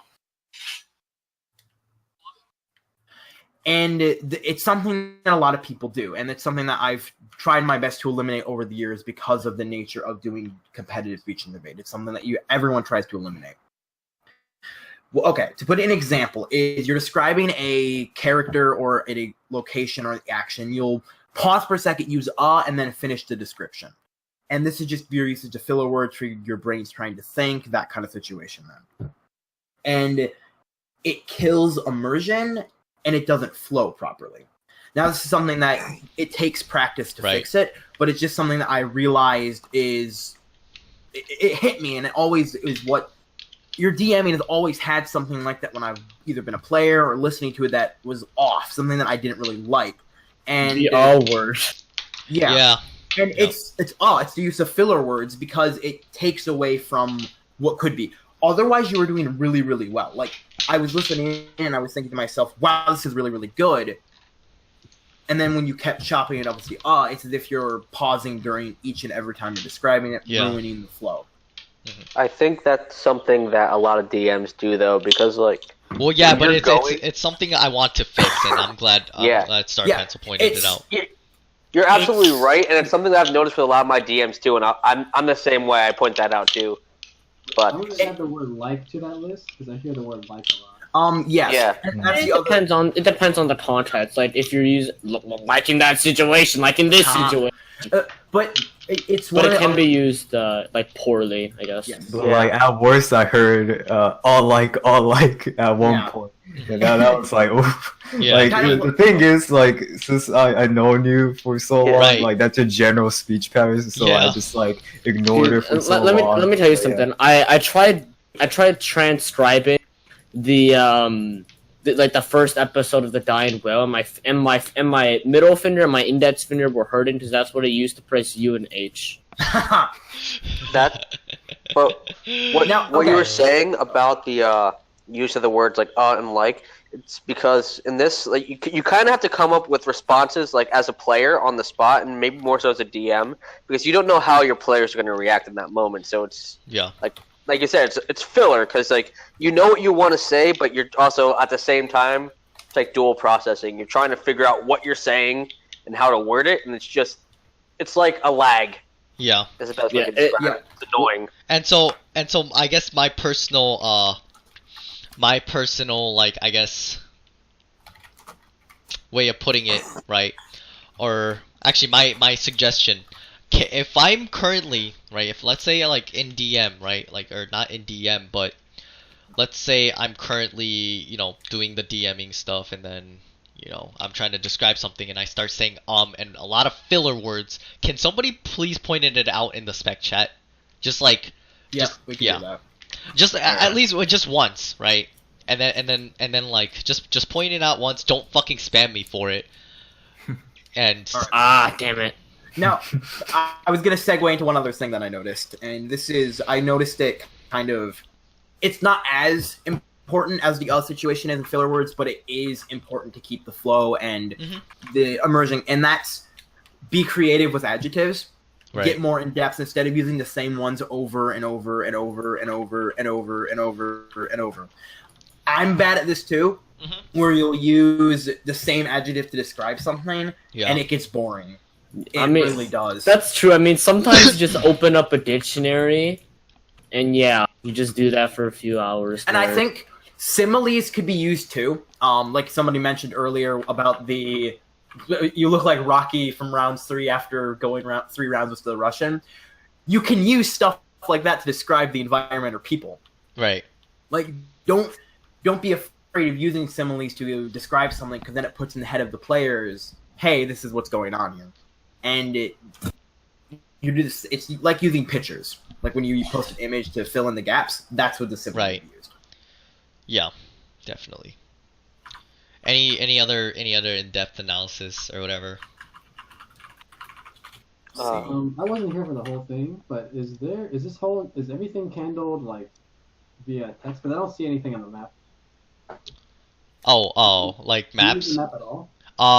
I don't use maps a lot unless you guys are like in a more Bigger fight. not bigger fight. If you guys are in an intricate building, or if you guys are in, I guess, like a planned out location that like you guys are gonna go to or whatever, that I know you guys are gonna go to, that's when I usually will use a map. If it's just some random fuck off town, I'm not gonna use a map for that.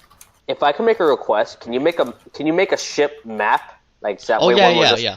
That like once you create your own ship, yeah, of course you'll have your own map and schematics and shit. That's honestly like just a plan for the next session. I don't know if I could do that now, but like I plan on like my character is the shipwright. When you guys ask me if my character is is fucking Usopp, no, he's Frankie. He's fucking thinking everything through as far as like what to build. He's an inventor. So like, I'm doing it again. I'm constantly saying like, and I hate it. Yeah, I know. Yeah, bitch. But what I'm saying is that like, okay. So we're done memeing. I want to find materials. That's my Right. main thing. I need to find materials to make this ship, and then I'm gonna try and figure out exactly how to build it. But I don't know. I'm gonna look at some like actual like ships throughout like anime or just like Yeah. in history. The okay. Gonna try and figure something out. In terms of by the way, in terms of like the materials you need, I'll say this. Yeah, like currently like the material that you can find that's super inexpensive, but like that you can still create a really a well functioning ship is wood. Wood is your best bet. Yeah. Normal. Well, it's why I asked for iron, because I could make wood and I could do a lot of iron casting Yeah, basically. to like reinforce the ship, because that's what pirate ships used to be. It was iron. You had some brass or like whatever you. It used to be like just a lot of the metal that you could find lying around. It wasn't all like one specific metal. So yeah. I just knew that iron would probably be one of the cheaper metals to find at a starter town. Yeah, basically. Okay, cool. Yeah, so your character is basically he's trying to currently build a ship. All right. Arthur, anything else you wanted to add? I'm thinking. Give me a second. What about you, Pinwheel? I mean, I only saw a portion of it. I only saw a fragment of it, so I can't say much. Hate you. Go fuck yourself. Hate you. Yeah, no, but seriously, I seriously haven't watched enough of it to say anything. So. Okay. Well, don't worry, because this is being recorded on Twitch. You can watch the archives and you can watch the. And also you could. Oh, I'm dead in the too lazy disease. Hero probably recorded it too. Yeah, I recorded it. Yeah, I streamed and recorded too. So Oh, it's it's kind of more of a, this is more of a suggestion to eliminate the filler words and just I don't know how much this is an issue with you or not, but watch yourself DM on how you talk, and you'll see where you use those type of words to like fill in the blanks, and then you can try to eliminate try to eliminate them. And one of the go ahead. I was gonna say, I guarantee you that most of your us are going to come during the combat scenes. Because combat, you're trying to decide what you're going to say and like how you're going to hit the opponent, and it's like you're thinking on the spot, like what would be cool right here. Yeah. And then that's where the us come in, because like you take a filler second and you're like, he hits you with an uppercut. Then you have to. And this is kind of what I wanted to like. This is where I noticed it. Is when you commit to something and describe it fully without the filler word, it works. When you interrupt yourself, like he goes in and then the description, I can hardly even do it. There's a lot of alternative filler, like just deadass taking a posture. That one's a bit rocker, but even something like he starts winding his fist up as he gets ready for, and in that time you can think of is he gonna uppercut, is he gonna feint and use a kick instead, or like the pause though, the little pause, that's like the easiest, obviously. Just like he's on run up to you, one of the and then he's going to uppercut. That's way better than he's on a run up to and hit him with that cheeseburger or whatever. Yeah. One of the biggest thing. Go ahead. So instead of doing the pause, you're saying to elongate the words a little bit. That's pretty good. That's that too. Elongate. One of the other things is commit to what you're saying. Don't cut yourself off, that kind of thing. Like you mentioned in the Dying Whale yesterday, hey, I noticed that I was stuttering right off the bat. It's good that you realize that, and if you commit, you don't have the stutter. When you say something, you just go with it. And Mag, I don't know if this would attribute. This is like reaches out to the same thing. But one time when I was having to do a speech for a video I was recording, right, it helped for me to transcribe all the words and the lines I was going to say, so that way I wasn't pausing and going all the time. So if that helps, you could try writing down general concise thought processes of like what you want to say and everything. Right. Okay. If you're like a fast typer or whatever. Yeah, that's a general idea. One small criticism. Yeah, what's up? NPC voices. They all kind of sounded a little bit on the same, but that's something you'll definitely work on. I know for sure. Yeah, definitely. Yeah, that's something where it's not only am I like not overall great at voices, it takes me a few seconds to decide a few sessions to decide the type of voice I ultimately want to stick with. Do I want to go with like the light, like roguish voice, or do I want to go kind of like deeper? And I can't even really go all that deep, so it's kind of annoying. But I don't know how I want to do it. Yeah. I had a kind of idea. Hello. I mean, hey. Hello. Just do that voice. Yeah, I kind of had an idea about that. Since we have so many outlookers and everything, sometimes if you want, you could delegate certain NPCs to some of the outlookers. Oh yeah, I should do that. I was actually gonna ask you, like, remember how I don't know how much they know about the world, so if you want to mute everybody, or just jump into other chat real quick. I was gonna mention something real quick. I don't know if it's spoilery. Just go. Me and you will talk and other stuff like right now.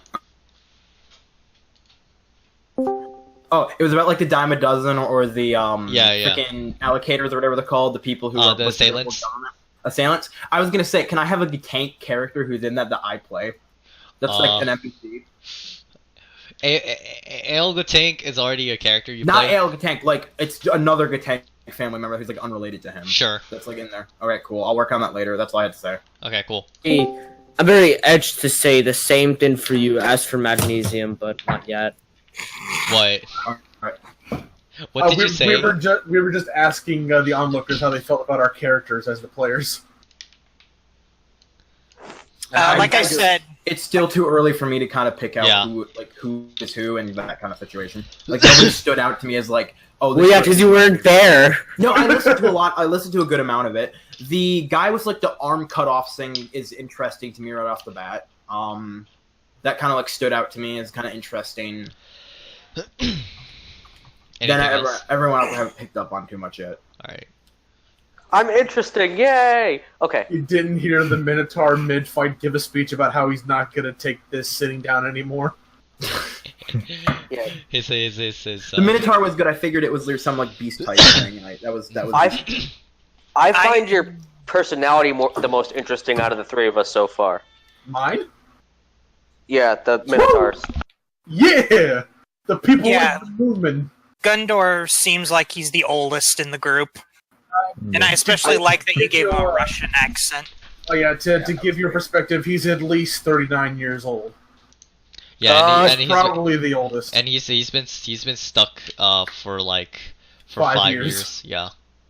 You're older than me, but I might be wiser. Yeah, that too. Yeah, but you know, the Minotaur knows his shit too. You know. No, I'm just thinking from like a way of the world sort of thing. You've been locked up for years, and my character's been fucking everywhere. Yeah. So I don't know. I mean, it also doesn't help the fact that he was raised in a goddamn mountain. That too. Yeah. I'm a stupid little shit. Yeah, your brain is definitely made of fucking. You think your hair is food? You are Island Bumpkin looking for famous prize. Howdy, y'all! Hell yeah. You know what? New goal. I'm gonna convince you to eat your own hair, so that way you throw up your own hair and you understand that it's not fucking cotton candy. And you'll understand the pain that you put Yeah, the but poor what if I movement like through. think hard enough, right? But yeah, He's probably convinced himself over the years that his hair actually is cotton candy. No, like I think that with time the characters will get more fleshed out and like revealed as we'll see that this person's more interesting in that kind of situation.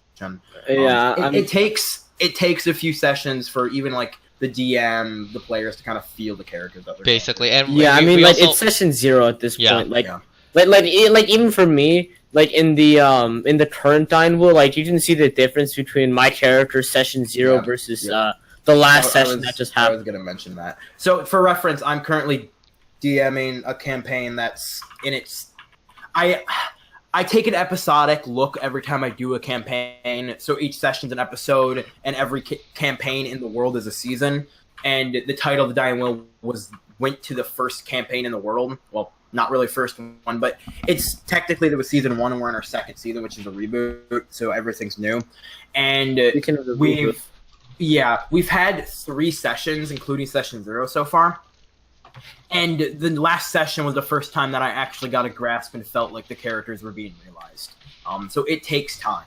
Yeah, and that was like the third session, but we all have experiences and stuff. So you know, because we're somewhat a bit inexperienced, it'll take like about like a bit more longer. But like you guys will come to realize stuff and develop them more and think about other stuff you haven't before. Yeah, I just feel like out of everyone in this entire call, I might be the one with the least amount of D&D experience. Like, no, I'm serious. Do you mind if I tell a quick story, Mag? Yeah. My first D&D experience with a group, I had 1 session with them. since I was the guy who was essentially doing had to do like text, and the DM would read it because I didn't have a working mic. But I essentially didn't agree with one of the players, and instead of trying to work that out and everything, like you commented on at the beginning of this episode, you can call it, they essentially just booted me out because I was basically the stranger. Yeah. I mean, at least It's you have a hard to mic. find a good group online, really.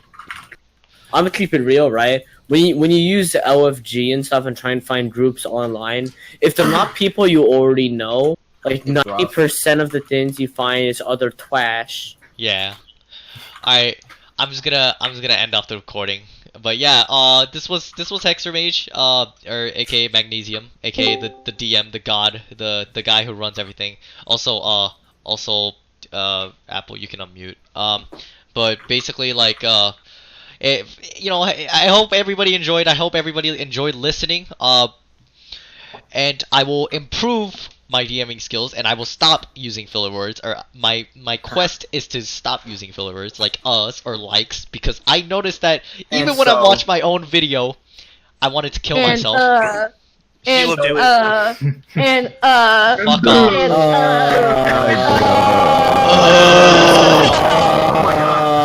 off. There's also. What are you talking about? Wait, hold up. So like, Fuck you. So like, So before Magnesium came back, you said you had a criticism for me as well. But was it the same as his with the filler words? I did that on purpose that time. But... No. My advice is the same advice I gave Hero before. Oh, basically, I'm joking.